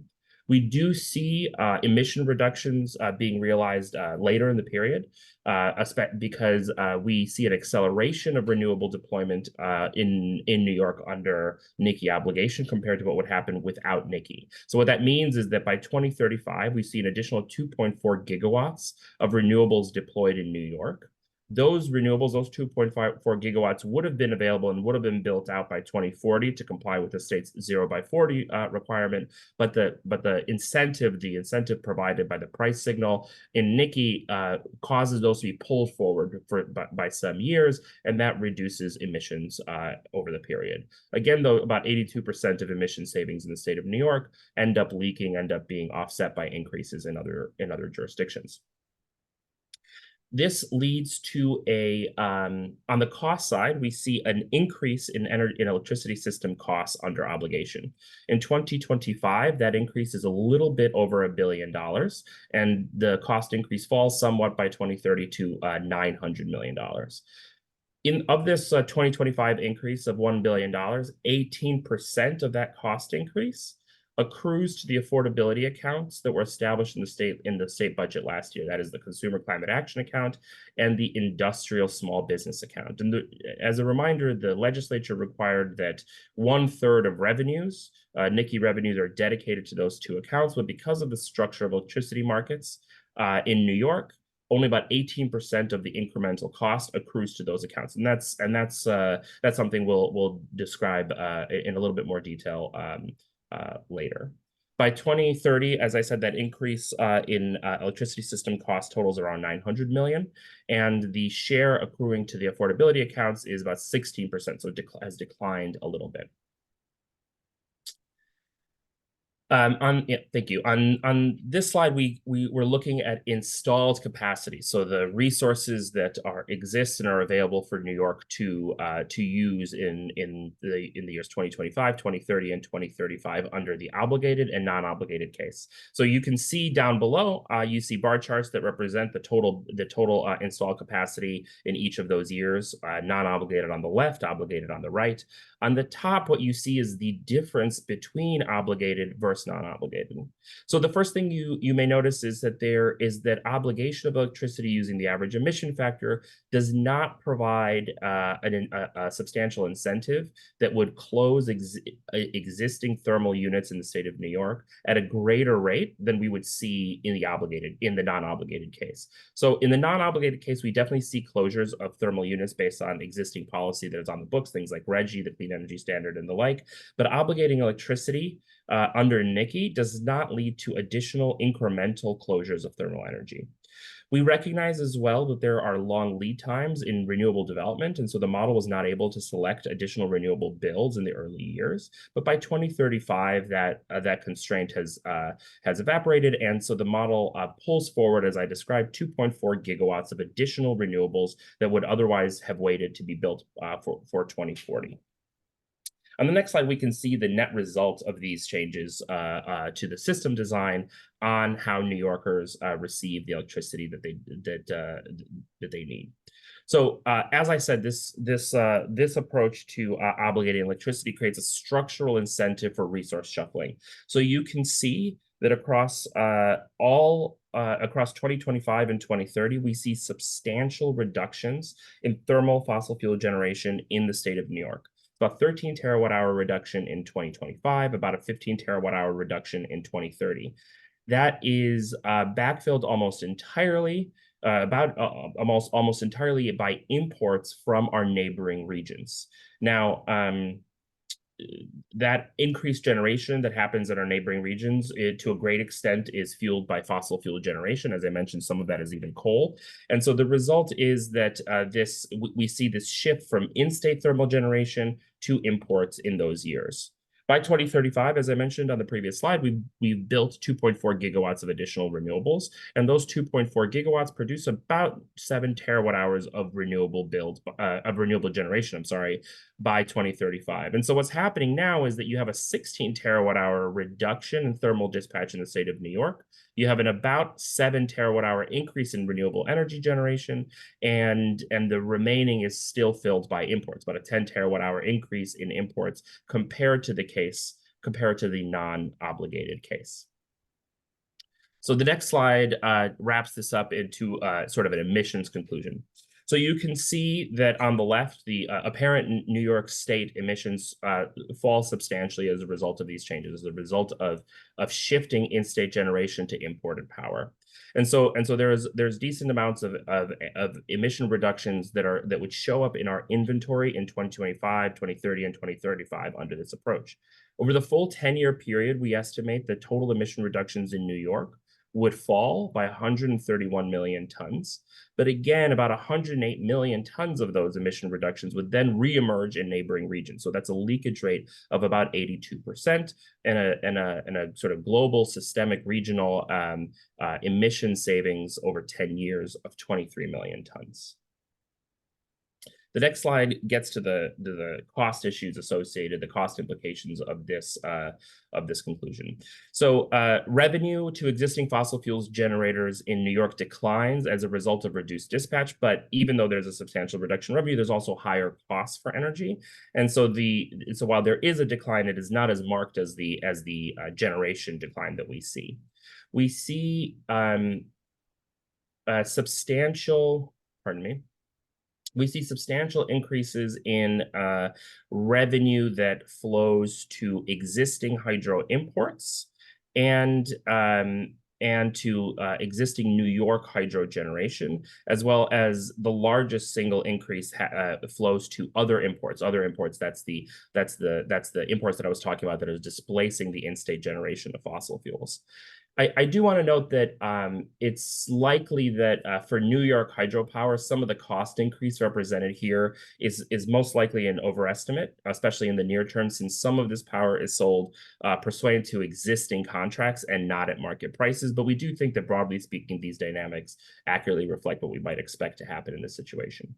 So again, as I mentioned previously, the result of this is a $1 billion increase in electricity system costs in 2025. This declines somewhat to about $900 million increase in costs in 2030. About in 2025, only about 18% accrues to the affordability accounts, and this declines gradually over time. And again, the reason there's this decoupling, the reason it's not the 33% that you might otherwise anticipate, consistent with the legislation, is that the legislation requires that 1/3 of revenue be deposited into those accounts. However, the cost is a function of the emissions intensity of the marginal unit, which means that some portion of incremental cost is accruing as additional profit, mostly to fossil fuel generators and to hydropower generators. And a portion is also being credited back to RGGI prices, so we don't pay for two allowances at the same time. I'll also draw your attention to the fact that on this table, nuclear and renewable energy are both tagged as having zero incremental revenue. Because most renewable and nuclear generation in New York receives compensation under NYSERDA contracts in part that are in part a function of energy prices, we would anticipate that whatever increased costs or whatever increased financial flows would go to those generators as a result of NYCI would be to a great extent offset by savings under those contracts, which means that the total increased energy expenses in terms of energy payments would not translate totally into increased energy system costs, because there would be a reduction, an offset in other parts of the cost structure of these generating units. Okay, on the next slide, I'm going to switch gears to the New York marginal emission factor method. So again, just as a reminder, this method has some similarities to the average emission factor approach, but has some marked differences as well. It again assumes that in-state electricity generation is obligated and pays a NYCI charge that is consistent with the emissions associated with that generation, and that imported electricity is subject to a border charge that is equal to the New York marginal emission factor at the time of import. So this, as I previously described, and I won't repeat, increases the border charge relative to the average emission factor approach previously described. Now, this change, this New York marginal emission factor approach, reduces the structural incentive for resource shuffling. This analysis shows that the scenario is expected to lead to different outcomes in terms of renewable deployment because of this increased cost. So like in the last scenario, we do see incremental renewable builds by 2035. In this scenario, they've increased some 3 times to about 7.8 gigawatts of additional renewable capacity that is available in 2035. As before, this is capacity that would otherwise have been built by 2040, but is pulled forward because of the financial incentive, because of the price signal that NYCI sends. In the early years, as I mentioned, this scenario shows a significantly reduced impact on thermal generation because you don't have this sort of uneven playing field between imports and New York State generation. So because of that, net imports are substantially down in this case as compared to the previous one. And by 2035, thanks to the 7.8 gigawatts that I just described as being built in earlier than they otherwise would be, New York actually becomes a net exporter as a result of this increased renewable generation.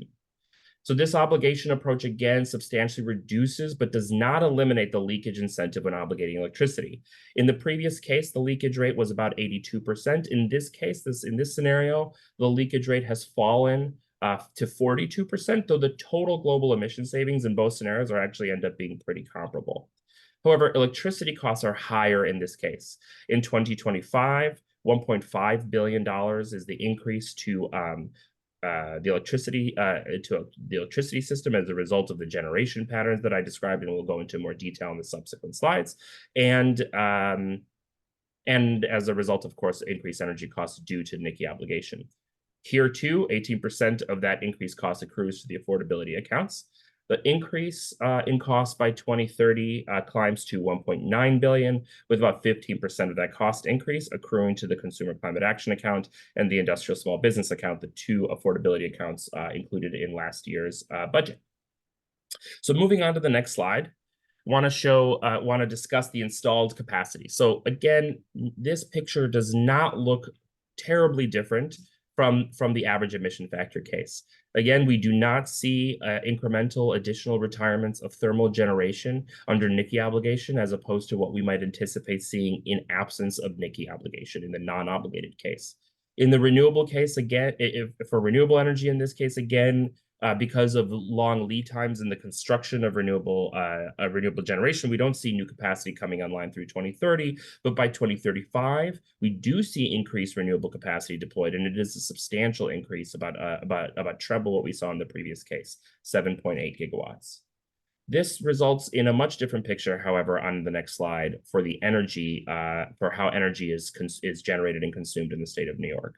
So as you can see in 2025 and 2030, the amount of resource shuffling between thermal generation in New York and imported power has substantially declined. There's a slight increase in thermal generation in 2025 in New York, and there's a decrease by 2030.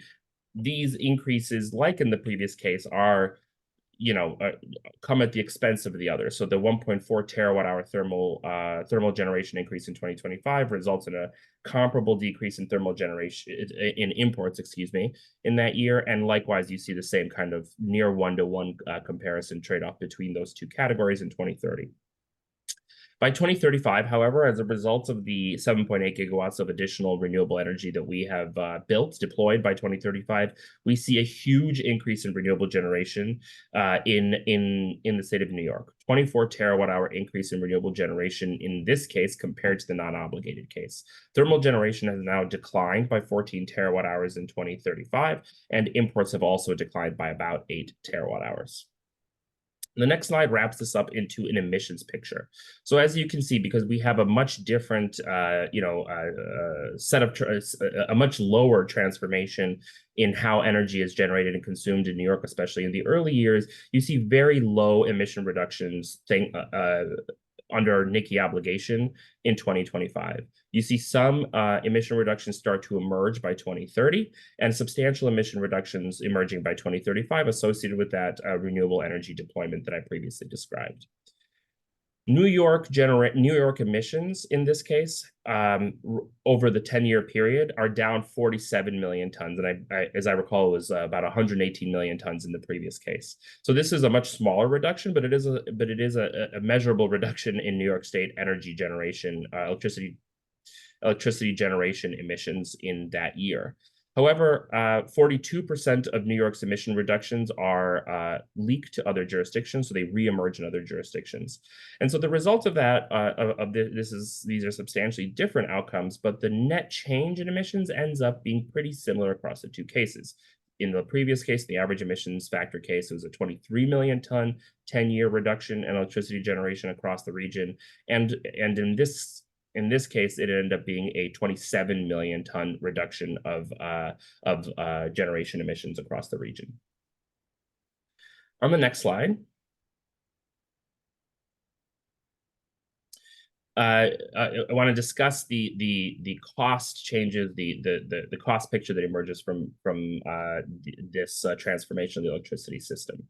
So in this case, there is a substantially lower increase to imported power, payments to import for power imports compared to the previous case, but you can still see here that there is in fact an increase to out-of-state generators under NYCI. However, you see a major increase in revenue to New York State fossil fuel generators under NYCI, exceeding $700 million in 2025 under NYCI obligation and approaching about $500 million in 2030. You also see substantial increases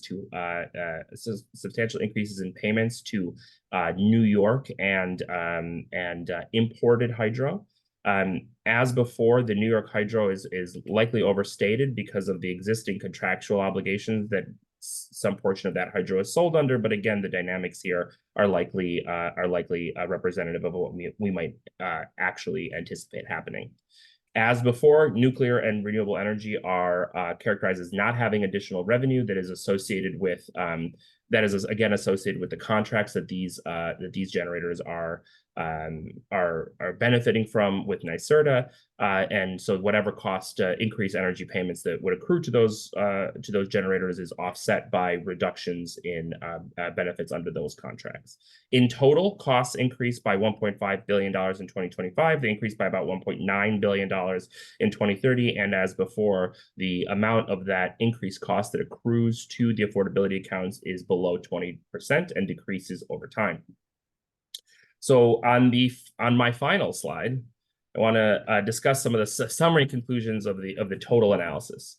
So when we look at both scenarios that obligate in-state electricity generation and imported power in New York City, we see increases in renewable capacity under NYCI obligation of between 2.4 gigawatts and 7.8 gigawatts by 2035. Again, the 2.4 gigawatts is in the average case and 7.8 gigawatts in the New York marginal case. These are renewable builds that are pulled forward from 2040 as a result of the price incentive that NYCI provides. We're seeing higher energy costs across the two obligated cases. Payments to out-of-state generators for imports, increase due to changes in export patterns and higher energy prices and the like, and the incremental energy payments vary between $900 million and $1.9 billion per year, depending on the year and the scenario that we're evaluating. Only 20% of this increased cost is available for the affordability accounts. Again, this is a unique feature of electricity obligation. Because of the structure of electricity markets, a portion of the increased cost that NYCI causes in the electricity sector does not accrue to the state as revenue, but is instead kept by generators as additional profits. And because of the NYSERDA power contracts that mitigates that benefit for example, new renewables, this benefit is principally reserved for hydropower and existing fossil fuel power plants. The key outcome of the average emission factor scenario is this significant structural incentive for resource shuffling that displaces in-state thermal generation in favor of thermal fossil generation in other regions of the country. And this leads to an 82% reduction, an 82% leakage rate for the emission reductions that we would otherwise see in New York. The marginal emission factor case increases cost, but really reduces, but does not eliminate this leakage incentive. And so the leakage rate in the marginal emission factor case falls to about 42%. Nonetheless, these two cases yield pretty comparable amounts of emission reductions globally over those first 10 years, 23 million tons in the average emission factor case and 27 million tons in the New York marginal case. I do want to, however, caution that it is possible that these savings are themselves overestimates. As we've discussed a little bit, these scenarios obligating electricity increases the cost of electricity in the state of New York. And what that means is that it reduces the incentive to end users of electricity to use it. That means if you're making a choice between, replacing your existing gas furnace with a new gas furnace or an electric heat pump, the fact that NYCI obligation would increase the cost of electricity may disincentivize you from purchasing that heat pump. It would reduce heat pump deployment in that case. And likewise, the same dynamic would would occur in the transportation and other end-use sectors as well. This increased cost on electricity may actually reduce emission reductions in other sectors, in the built environment and other end-use sectors, compared to what we have previously shown. So that is the end of what I wanted to share with you. I'm going to pass the baton over to Carl Moss, the Vice President of Policy Analysis and Research at NYSERDA. Carl? Great, thank you, Vlad. Time to catch your breath. And a big thanks to John, Vlad, Hillel, James for walking us through all this material. Also want to thank all of you for submitting your questions. We are sorting and categorizing those now. As Vlad said, my name is Carl Moss, and I'm the Vice President for Policy Analysis and Research at NYSERDA. I'll be helping to shepherd us through our Q&A session. Before we go there, though, we'll take a short break and we'll return in about 10 minutes. Please do continue to enter your questions into the Q&A feature, and we'll do our best to answer as many questions as possible. So looking at the clock now, it is 12:51, so we will return at 1:01, and we'll see you all soon. Okay, so welcome back from the intermission. Again, I want to thank everyone for submitting a number of really great questions. We're going to be starting off grouping some questions for John Binder. And I am just pulling up that list now. So John, thanks for coming on screen. And again, thanks for giving us our opening remarks. Just start off, John.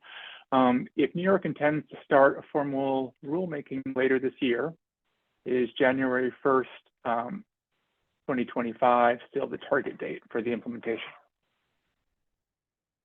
Yes, the target date for completion of the regulations and launching of the program is still 2025. We certainly recognize that that's an ambitious timeline with a lot left to do, but that is absolutely the target date. Great, thank you, John. So I've got a few more for you. Has DEC or NYSERDA developed any regulatory impact statements, also called the risks, as required under SAPA for the rules you are considering? Thanks for the question. So both DEC and NYSERDA are currently in the process of developing really all of the supporting documentation that we need for the regulatory process that's required under SAPA, which is the State Administrative Procedure Act. That includes a risk, a regulatory impact statement, along with other documents. And that'll be for really each of the 3 regulations that will comprise the NYCI program. And just to reiterate, that's the Greenhouse Gas Mandatory Reporting Program, the Cap and Invest Program, and NYSERDA's auction rule. So those documents that we will be developing as part of the SAPA process will be informed by all the feedback that we're getting now on the pre-proposal. And then as a reminder, the public will have an additional opportunity to provide formal comment and feedback on those documents once they are proposed later this year. Great. The next question has to do with some clarification on non-obligated entities. So what incents non-obligated entities to reduce emissions if they're not required to purchase allowances? Thanks very much for that question. So emission reductions from non-obligated sources and sectors would be driven by a variety of complementary programs and investments.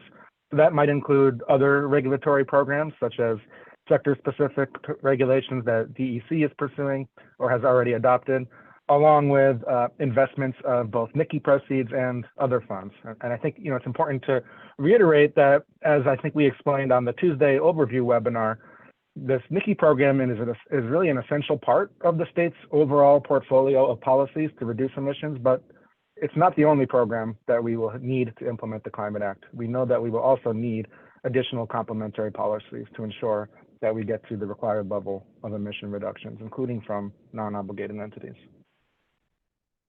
Okay, great. And then the last one for right now for you, John, and just to give Vlad a heads up, you're going to be up next with some questions.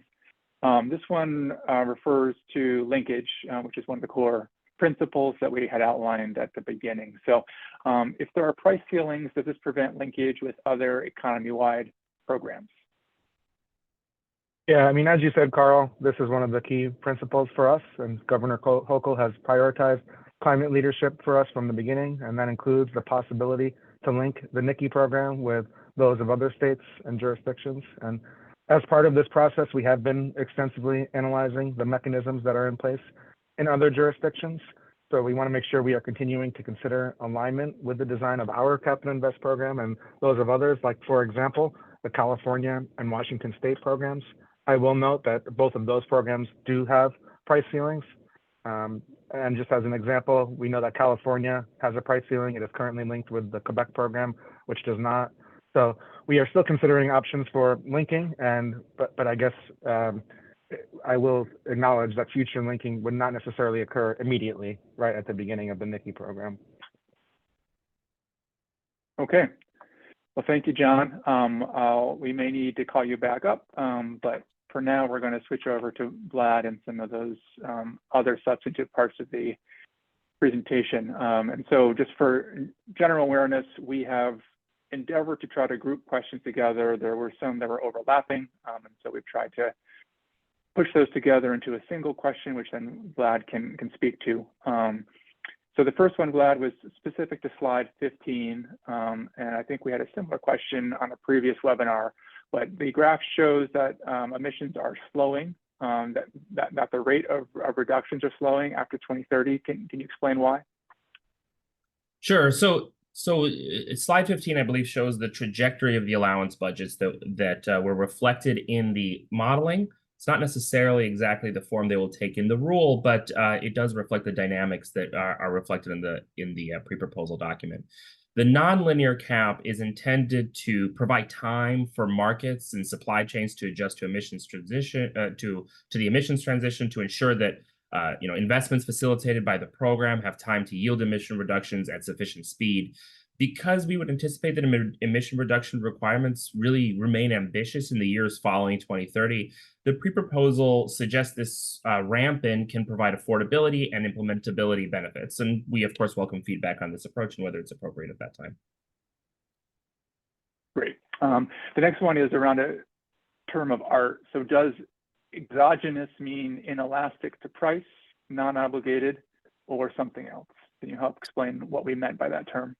Yeah, thank you for that. So we refer to exogenous sectors within the modeling and endogenous sectors within the modeling. This purely represents how they behave within our model. Exogenous in this case means that these sectors within the model are not explicitly responsive to a NYCI allowance price, and are instead following an assumed emissions reduction pathway based on the integration analysis scenario 2. In reality, in the real world, we would anticipate that these sectors would be responsive to the emissions price and make choices to, cost minimize or what have you, whatever choice they might want to make in response to the price. But because of data limitations, that wasn't able to be fully represented within the model. And so that's a modeling limitation that we have. 85% of emissions that were obligated within the model were fully endogenous. That is, the model represented behavioral choices that they may make. And as a simplifying assumption, the remaining 15 were exogenous, i.e. they followed a predetermined emissions reduction pathway. Great. So the next question revolves around the price ceiling and the price floor. We actually had a number of questions that were asking us just to better explain both of those mechanisms. I'll read this one out, but Vlad, if you can speak broadly to how we've addressed both the price ceiling and the price floor. So is this modeling of a price ceiling, i.e. the highest price, or price floor, the minimum price? It was said the price ceiling is limiting, but wouldn't be true if allowances would be sold above the cap. So can you kind of unpack a little bit more for us how the price ceiling works? Yeah, for sure. So maybe I'll briefly start with the price floor. This didn't feature substantially in this modeling just because we saw that the demand for allowances and emission reductions was very high. In the pre-proposal, a price floor would be the minimum acceptable bid in an auction. This modeling exercise really focused on the functionality of a price ceiling. Now, when we say that it is limiting or binding, what we mean it is constraining the maximum price that would occur in the market. And the way it does that is it says that at that price, which would be set by rule and in the modeling was specified as a modeling input, we will sell these additional price ceiling units to the degree that there is demand for them. So whatever obligated entities, agents in this case, need to satisfy their NYCI obligations, we would sell price ceiling units at that price. And so what that means is that the price cannot increase above that because nobody would submit a bid above that price ceiling, knowing they can get a compliance instrument for less. And that means that the auctions themselves, all of the allowances sold in auctions are being sold at that price ceiling, and that we are also selling additional price ceiling units at that same price, meaning that the total supply of compliance instruments, allowances price plus price ceiling units is in excess of the allowance budget, and all of them are sold at that price level. Great, thank you for that clarification. So we talked about exogenous factors in the modeling. There's now a question on the endogenous factors that you spoke to. So are the buildings and transport endogenous emission reductions based on price signals? Can you help explain a little bit how the model works? Yeah, so the buildings and transportation sectors are endogenous to the model. Reductions in the building and transport sectors are based on the combined impact of the price signal, the allowance price or the price ceiling unit price, and that is set through the NYCI compliance obligations, the requirement to purchase and retire compliance instruments, as well as the reinvestment of NYCI proceeds in those two sectors to support deployment of electric vehicles, cars, trucks, buses, heat pumps, energy efficiency and the like. So the result is that they are fully responsive, they are endogenous to the model, and reflect the decision making that agents might make in response to the price and in response to the incentives that are being provided. Great. Another question related to the price ceiling, and again, this is getting a little bit to us being clear around scenario analysis. That's trying to give us insights into how this policy could work versus the actual rule that will come in the future. So we just want to be able to differentiate. Sure. So should scenario A be interpreted as an upper cap on what the price ceiling could be in 2025 or 2026? So all three of those scenarios A, B, and C, were designed to allow us to understand the implications of differing price levels. They're not necessarily the only three options available to us for the final rule, but they do help us understand the dynamics of what the different price ceiling levels may yield in terms of emission reduction, health benefits, workforce, and the like. So DEC and NYSERDA and DEC are soliciting a comment on what the price ceiling that should be included within the pre-proposal would be, and we want to at all times we're cognizant of the governor's 5 principles, in particular, one of them being affordability and, of course, emission reduction in this regard. Great. So kind of a broad question that does build off of some of these and how we're looking at the effects of the price ceiling within this modeling framework. So will this program achieve the emission reductions required in the Climate Act? Sure. So, fully achieving the greenhouse gas emissions limits established in the Climate Act will require multiple programs that includes NYCI and other complementary initiatives, as well as additional federal action. NYCI is an essential part of New York achieving our greenhouse gas limits, but a NYCI program that includes price ceilings will require additional actions to fully achieve Climate Act requirements. We're soliciting feedback on the pricing level that would be sufficient to drive emissions reduction in emissions while providing for affordable costs for New Yorkers and New York businesses. Great. So yeah, I think we've circled around the impacts and issues around the price ceiling. So we'll pivot to some other topics. This one is more in the industrial sector. So what about investments in the industrial sector? What are we modeling? Right. So some of the revenue was assumed to be directed to investments in the industrial emission to mitigate industrial emissions. That was shown in the investment tree, the colorful kind of tree toward the beginning of our presentation.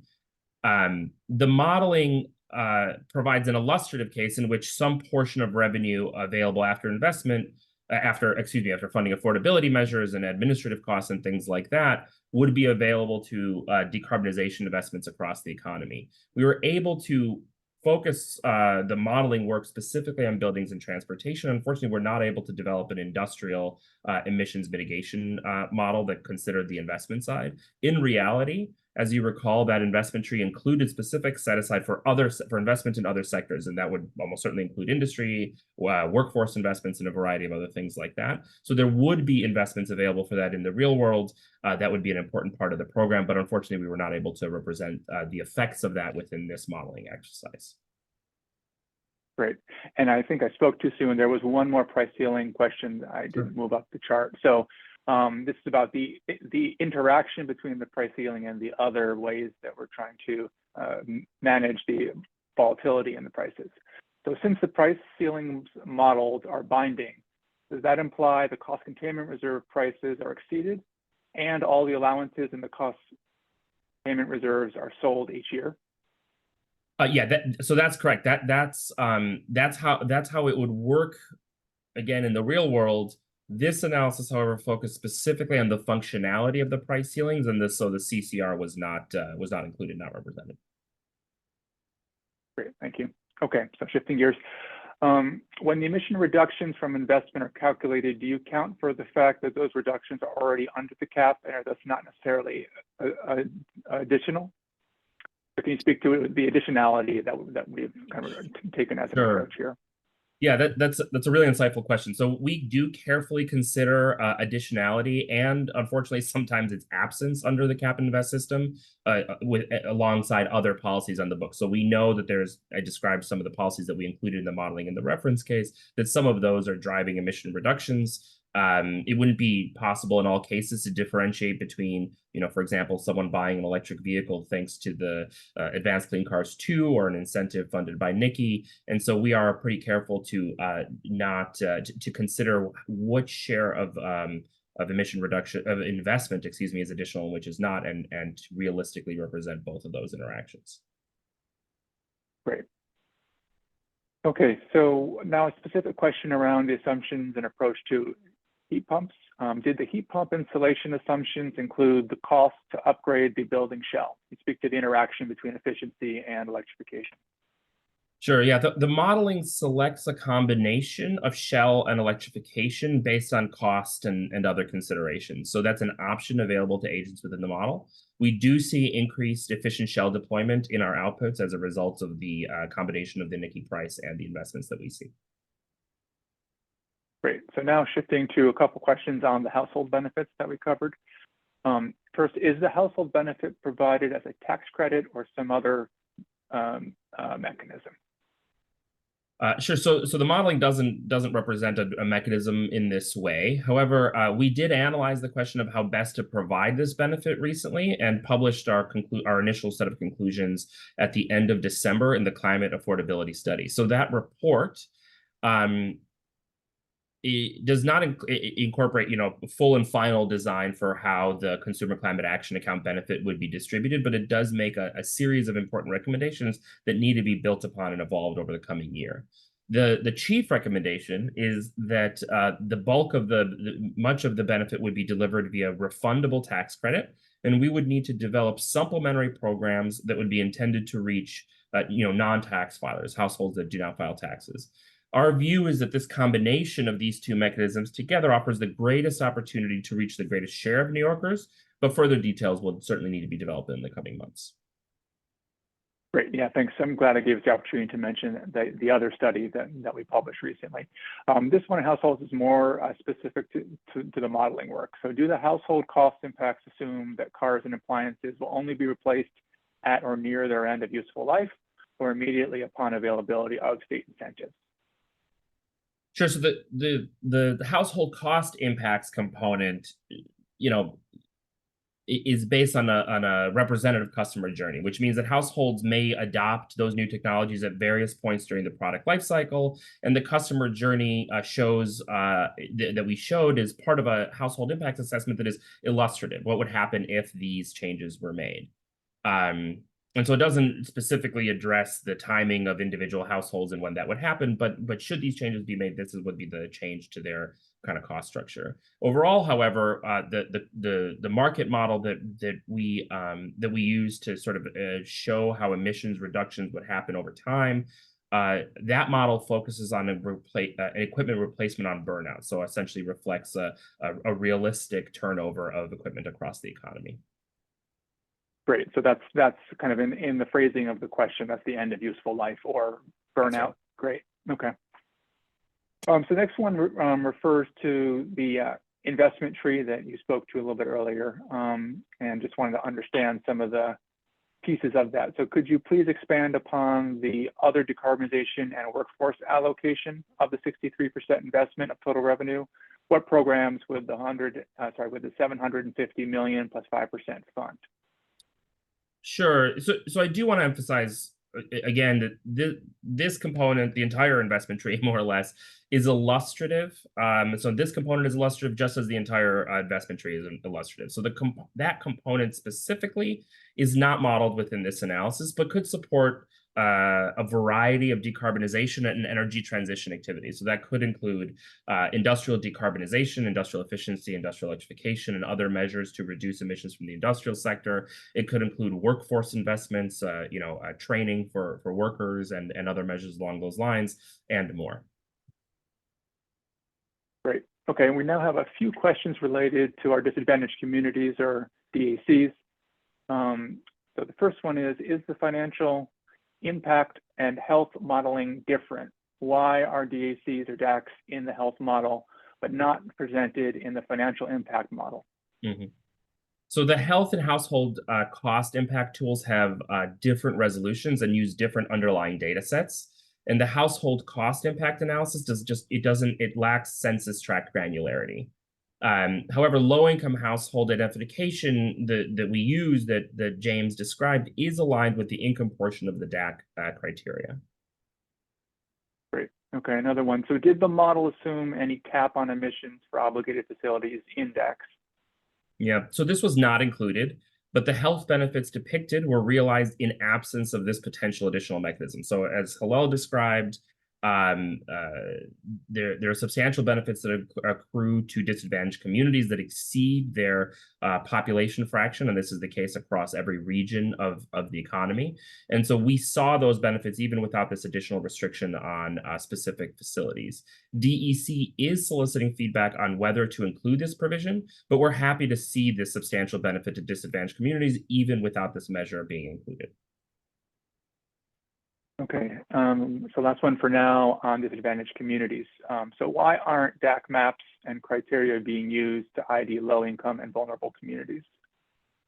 Right, so the household cost impact analysis does not operate at census tract granularity. However, the low-income household identification is aligned with the income portion of the disadvantaged community criteria. It is also important to recognize that there are multiple different people in different levels at different economic strata within all census tract, disadvantaged communities and others, and we were able to make sure to align the low income definition with the criteria established in the disadvantaged community criteria. Okay, so the next one is a little bit involved. Someone is trying to do a little bit of the math to understand how allowances are going to be available. So they're asking, can you confirm the following? Total allowance cap minus non-obligated allowances minus the EITE allowances minus the utility consignment minus CCR minus ECR. Does that equal allowances available for auction to obligated entities? So this isn't exactly correct within the pre-proposal that we have advanced, and this is principally because allowances that would be consigned to EITEs and any allowances consigned to electric utilities would also be available in auction. That is, the full allowance budget would be auctioned under the pre-proposal published last month.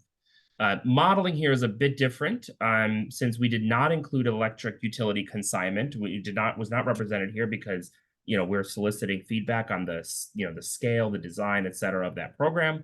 And while we did represent EITE benefits within this modeling, that didn't happen as a function of consignment. That happened via no cost allocation that those agents were allowed to use directly for compliance. Great, thanks for unpacking some of the details of how the modeling played out.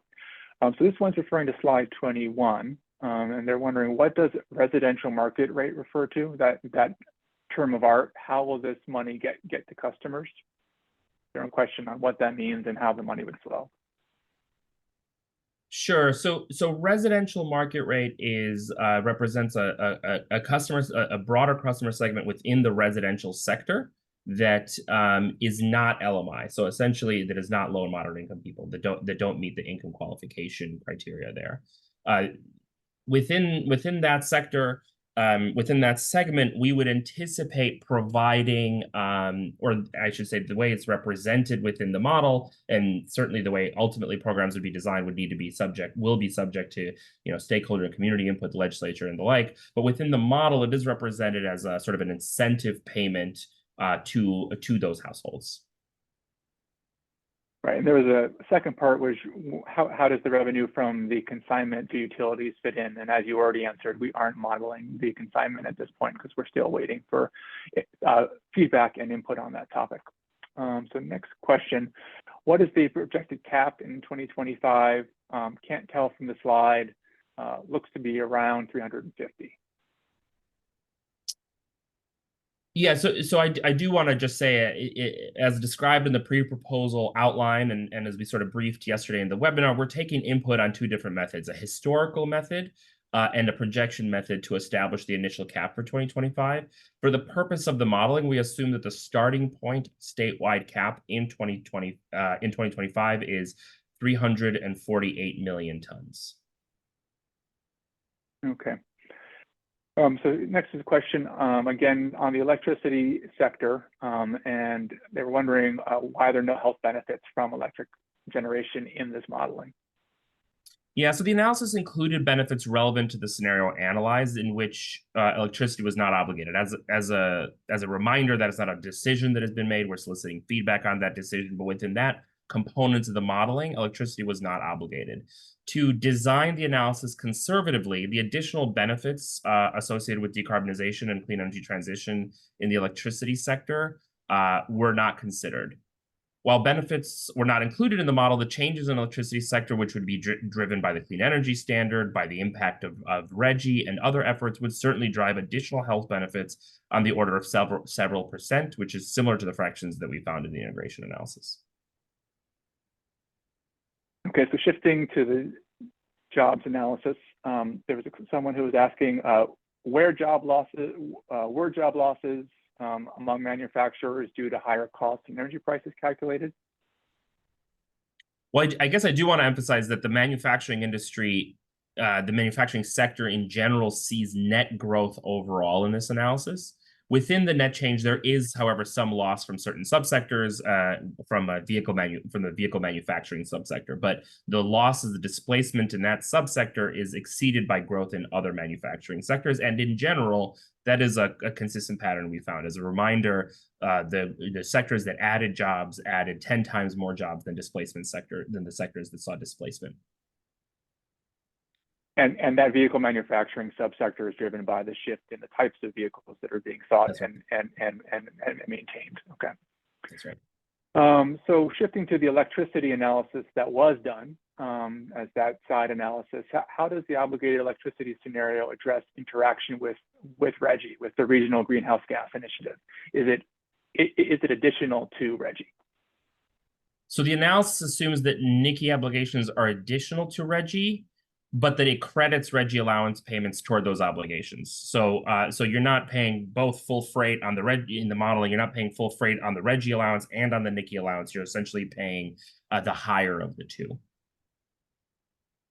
Great. And now we've got kind of a general question. We had actually a number of questions on the topic of how these modeled NYCI prices might impact at different energy prices. And so this one is a summation of a number of those. How will NYCI impact home heating and gasoline prices?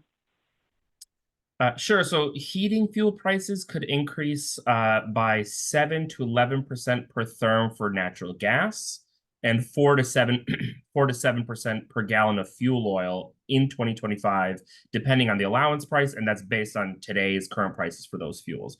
Gasoline prices could increase by about 5 to 8% per gallon in 2025, also depending on the allowance price and also as a function of current today costs.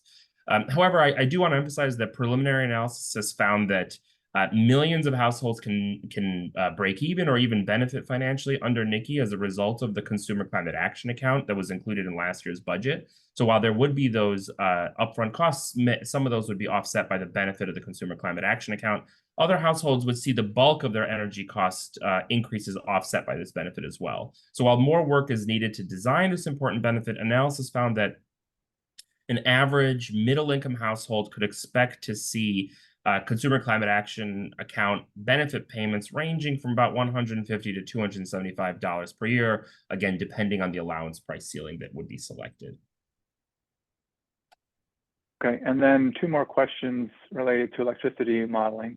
The first one specific to RECs and ORECs. Can you describe how RECs, the renewable energy credits, and ORECs, which are the offshore wind renewable energy credits, payments are modeled? We don't model REC and OREC payments directly. The model is required to meet renewable and clean energy generation requirements consistent with state policies by building sufficient qualifying resources. In addition to the renewable portfolio standard, the clean energy standard policies, the model captures procurement targets for renewable energy technologies such as offshore wind and battery storage. I do wonder if part of the reason the question was asked is because based on the cost tables, we showed that, and I discussed how we had mitigated, had reduced the incremental revenue to some of those generators to zero. And that was done, that was a post-processing change to help us understand how the total cost impacts of the model would be, as opposed to directly representing those attribute sales within the model. Got it. So in that post-processing, you were able to capture how the index RECs might work in terms of how the revenues might actually flow. Okay. That's right. Great. So slide 59, given the extensive reliance on electrification to reduce fuel use, both mobile and for buildings, has an analysis been performed that looks at electricity load in future years, both average and peak? Yeah, so of course, analysis including load growth, and analysis does include load growth and associated changes and shifts to electric power generation.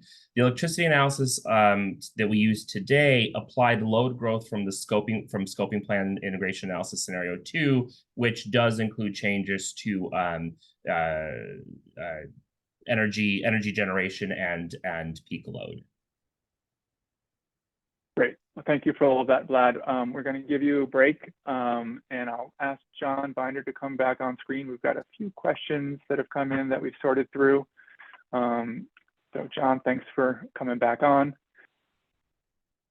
So this first one, again, revolves around electricity, but in this case, it's the obligation. So if electricity sector is non-obligated, would fossil fuels used by fossil generators be obligated?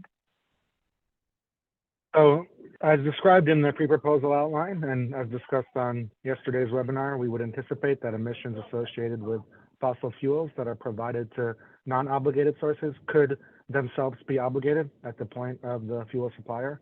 But this is something that we welcome input on. Great, thanks. And another question I think we did address in a previous webinar, but I think it's important to kind of restate for those folks who weren't able to join previously. The question is around offsets. And the questioner is, I believe that the draft proposal did not contain any provision for the use of offsets to cover compliance obligations. Are there any considerations that this may be included in later drafts of the regulations? Yeah, thanks for the question. That's correct. The NYCI program will not include any provisions for offsets. And as we talked about, I think both on Thursday and Tuesday, that's for a few reasons, including the possibility that that could result in increased on-site greenhouse gas emissions for sources that are located in disadvantaged communities. So no offsets. Great. So the next question, again, is back to electricity and around the Regional Greenhouse Gas Initiative and some of the ongoing process there. So the questioner asks, I believe it was mentioned that some proposals are being considered for the ongoing RGGI rules update with the potential obligation of electricity emissions and NYCI in mind. Could you elaborate? Is there any viable path to potentially expanding RGGI to cover economy-wide emissions? So again, that's about both what RGGI is doing now and potential linkage. And the questioner mentions that in Maryland, they've offered a recommendation along these lines in their recent climate action plan. Yeah, thanks for the question. So the electricity sector obligation modeling that Vlad described, as I think Vlad explained, it included an assumption about the future of the RGGI program, including that the RGGI allowance budget trajectory declines to 0 by 2040. That was used as a proxy for purposes of the modeling, but it has not yet been adopted on the books. And in fact, the RGGI participating states are currently engaged in that third RGGI program review. So that's addressing what the future of the RGGI program will look like. So as part of that process, we in New York are in conversations with other states and seeking to align the RGGI program with the requirements of the Climate Act, including getting to zero emissions electricity by 2040. In terms of the other questions about expansion and linking, I think it's important for us to just keep reiterating that in line with the governor's key principle about linking, we do welcome continued discussions with other states. That includes Maryland and other RGGI state partners and other jurisdictions across the country and even North America regarding potential future linking opportunities. Great. And John, looks like there is one more RGGI related question. So it partly is about the analytic work, but I think we can expand it to kind of the overall RGGI process. So has there been any analysis on the impact of RGGI allowance costs under the obligating electricity scenario? So while this was not specifically part of the analysis that Vlad and the team presented here today, the RGGI states themselves do generally conduct our own electricity sector modeling, also using the same IPM tool that was discussed here as part of that periodic RGGI program review. And indeed, just last year, as part of the one that's going on right now, that's the third periodic RGGI program review, the RGGI states did release some of this modeling information, and that analyzed various future RGGI cap scenarios along with projected RGGI allowance costs. Okay, John, thank you. I think that's all for you in this moment. So we have sorted through, we've sorted through the questions that folks have been giving us. We're just looking through to make sure that we haven't missed any other duplicates. It looks like there are a few others that have come up. So I'll invite Vlad to come back on. So Vlad, thanks for joining. So the first one is revisiting, again, the price ceiling. So the price ceiling numbers were discussed. What is the price floor anticipated to be? I think you spoke about the floor and how it wasn't critical in this particular analytic work, but if you can just speak to the floor again, that'd be great. Sure. So DEC and NYSERDA continue to evaluate and solicit feedback on the use of the range of program stability mechanisms that includes the level for the auction reserve price or the price floor, the trigger prices for the emissions containment reserve and the cost containment reserves as well. The price floor will be a reflection of the level of other price stability provisions, and that should of course include the price ceiling. Great. And you may have seen that I'm off camera. My building just lost power, but luckily my phone is still working. So we will carry on. So the next question, I believe, is how are the emissions from a landfill reduced under the program over time?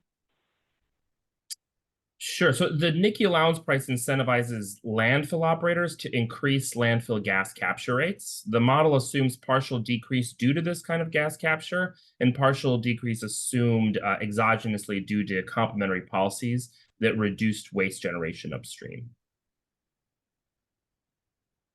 Okay, great. Next question is, what is the difference between RGGI and NYCI in scenario A? Sure. So RGGI covers electricity markets across a large regional geographic footprint, includes multiple participating states, which are mostly but not exclusively in the Northeast region. NYCI only covers New York State, but covers many additional sectors like transportation, buildings, and industry. Scenario A, so that's the analysis that we presented at the top, does not assume electricity is obligated under NYCI, a decision that we're still evaluating and soliciting feedback on. The analysis at the end applied scenario A prices to electricity obligation to understand what the dynamics would be from that choice. Okay, thank you. Next one is, how do 2025 emissions cap relates to obligated versus non-obligated sources based on 2023 emissions? What % reduction is expected for obligated versus non-obligated sources? Sure. So as a reminder on the cap construction, so in 2025, we set the overall cap based on assumed reference case emissions for the entire economy in that year. We allocate to non-obligated sectors the share of emissions that reference case attributes to those sectors.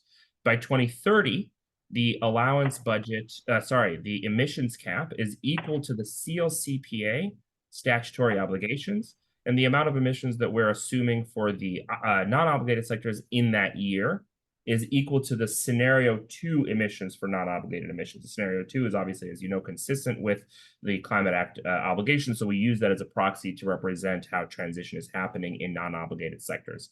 So what that means is, and then we interpolate between the two. What that means is that the allowance budget for obligated sectors in 2025 is 233 million metric tons. It declines to 169 million metric tons in 2030, and about 25 million metric tons in 2050.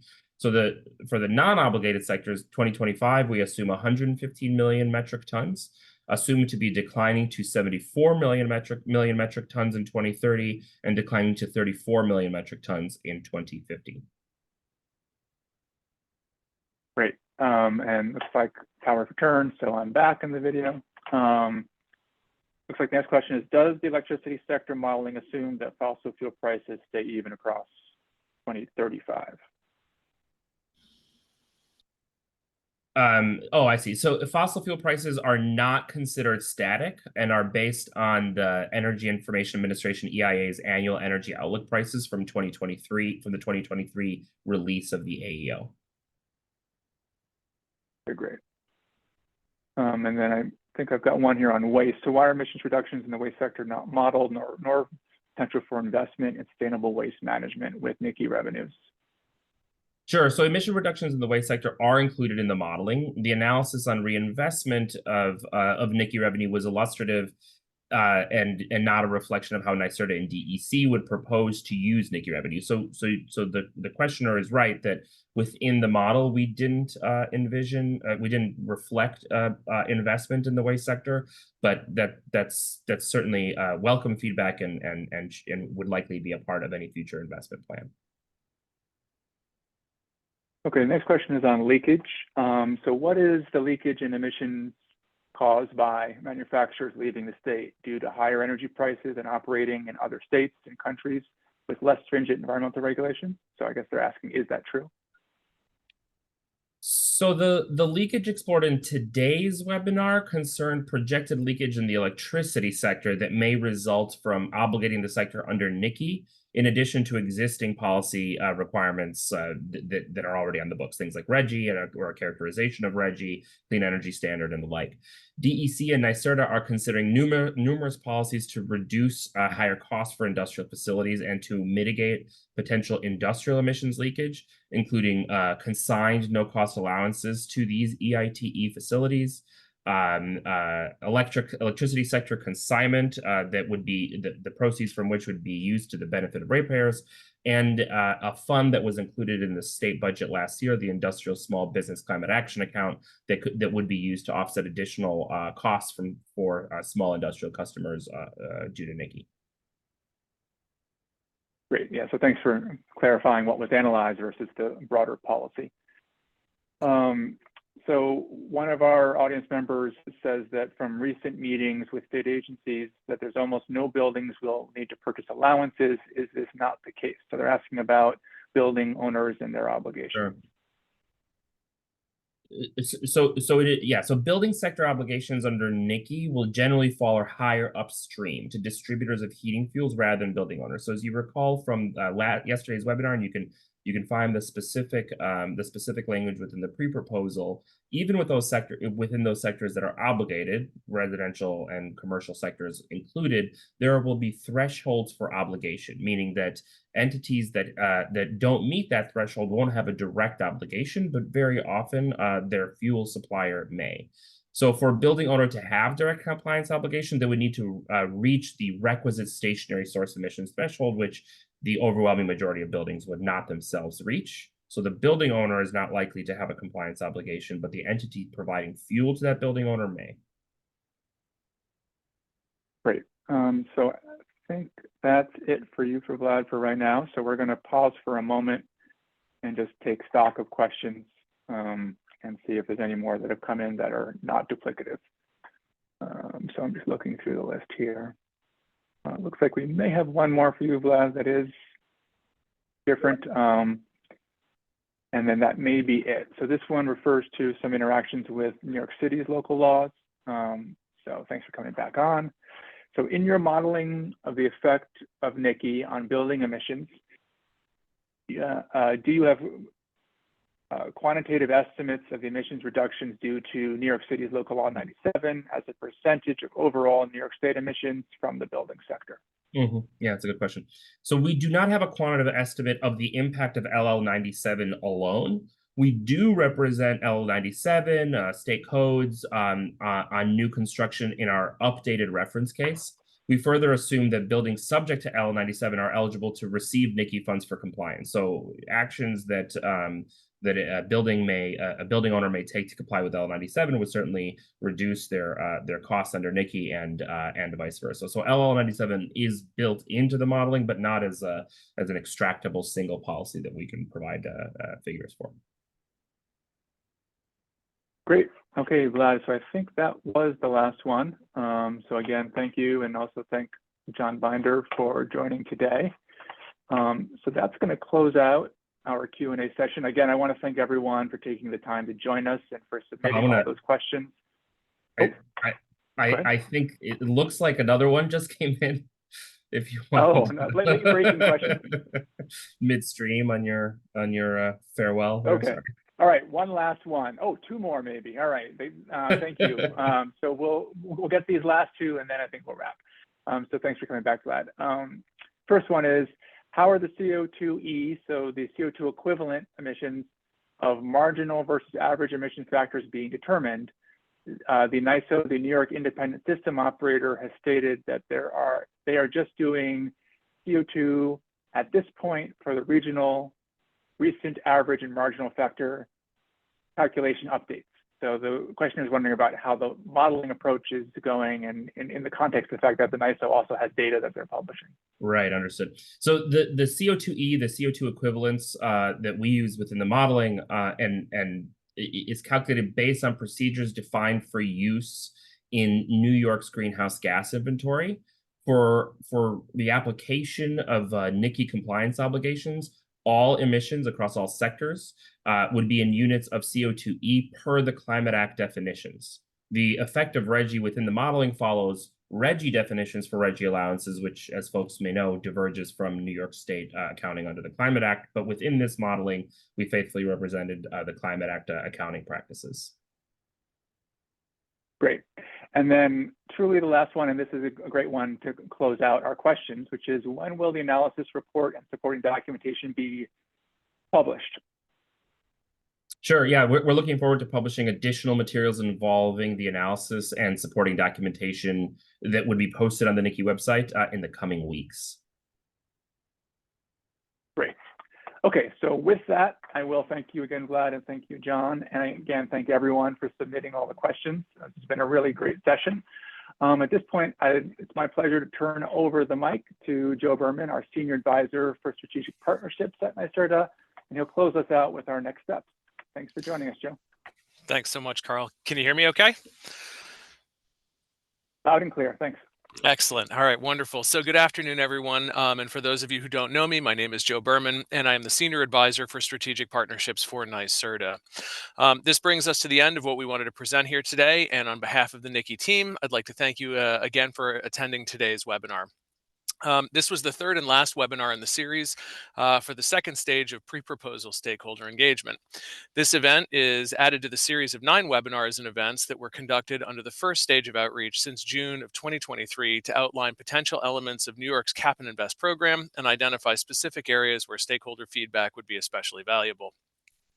If you are looking for the pre-proposal outline and the affordability study, you'll also be able to find those on the capandinvest.ny.gov website. If you would like to access the recording of today's webinar, it'll be made available on the Cap and Invest website in the very near future. So please go to the website over the course of the next couple of days if you're looking for those resources. As a reminder, details for future webinars and recordings of past webinars as well can be found on the meetings and events page of the Cap and Invest website. So as we proceed in the coming days through what remains of the NYCI program design pre-proposal comment process, to ensure that your voice is heard, we strongly encourage you to provide feedback to inform the regulations that are under development. We are accepting comments on the NYCI program at any time, but would appreciate it if you would provide your pre-proposal comments by March 1st of 2024 so that the team can evaluate your feedback as they develop the regulatory proposal. Final regulations will be released following the formal public comment period. So now to ensure that you know how to share your feedback on NYCI with the program team, I want to take a minute to walk you through the process for submitting public comments through the Cap and Invest website. And if you could just go, oh, I don't know that we have a slide. Do we have a slide there? Excellent. All right. So to submit comments for consideration by NYSERDA and DEC, please click on Cap and Invest rule at the top of the public comment page. There you will find information on the Cap and Invest rulemaking process, and about halfway down the page is the Submit Comments button. So also on this page is a PDF commenting form that you can download. This form has editable fields organized by major topic headings rather, for which we're seeking your feedback. You may use this form to help organize your comments and submit the form as an attachment. Please note that the Submit Comments button and the PDF commenting form are available on every page of the Cap and Invest website, so they should be pretty easy to find. The Submit Comments button will direct you to the comments management platform where you can directly enter comments or upload attachments that contain your comments. To ensure that you receive updates for future NYCI events and activities as the program development process proceeds, we would like to recommend that you sign up to the Cap and Invest mailing list. And you can do that by visiting capandinvest.ny.gov. Could you move the slide, please? All right, excellent. Oh, I think we lost it. There we go. As a reminder, details for future webinars and recordings of past webinars can also be found on the meetings and events page of the Cap and Invest website. You can also submit written feedback to the mailing address on the screen. You can send that feedback to Bureau of Air Quality Planning, New York State DEC, Division of Air Resources, 625 Broadway, Albany, New York, 12233. As a final reminder, we are accepting comments on the NYCI program at any time, but again, we would appreciate it if you would provide your pre-proposal comments by March 1st, 2024, so that the team can evaluate your feedback as they develop the regulatory proposal. So before we go, I would like to thank you again for making the time to join the webinar today. We hope that the content provided has been informative and look forward to seeing you again for future NYCI events in the coming days. So this concludes today's webinar, and have a great afternoon.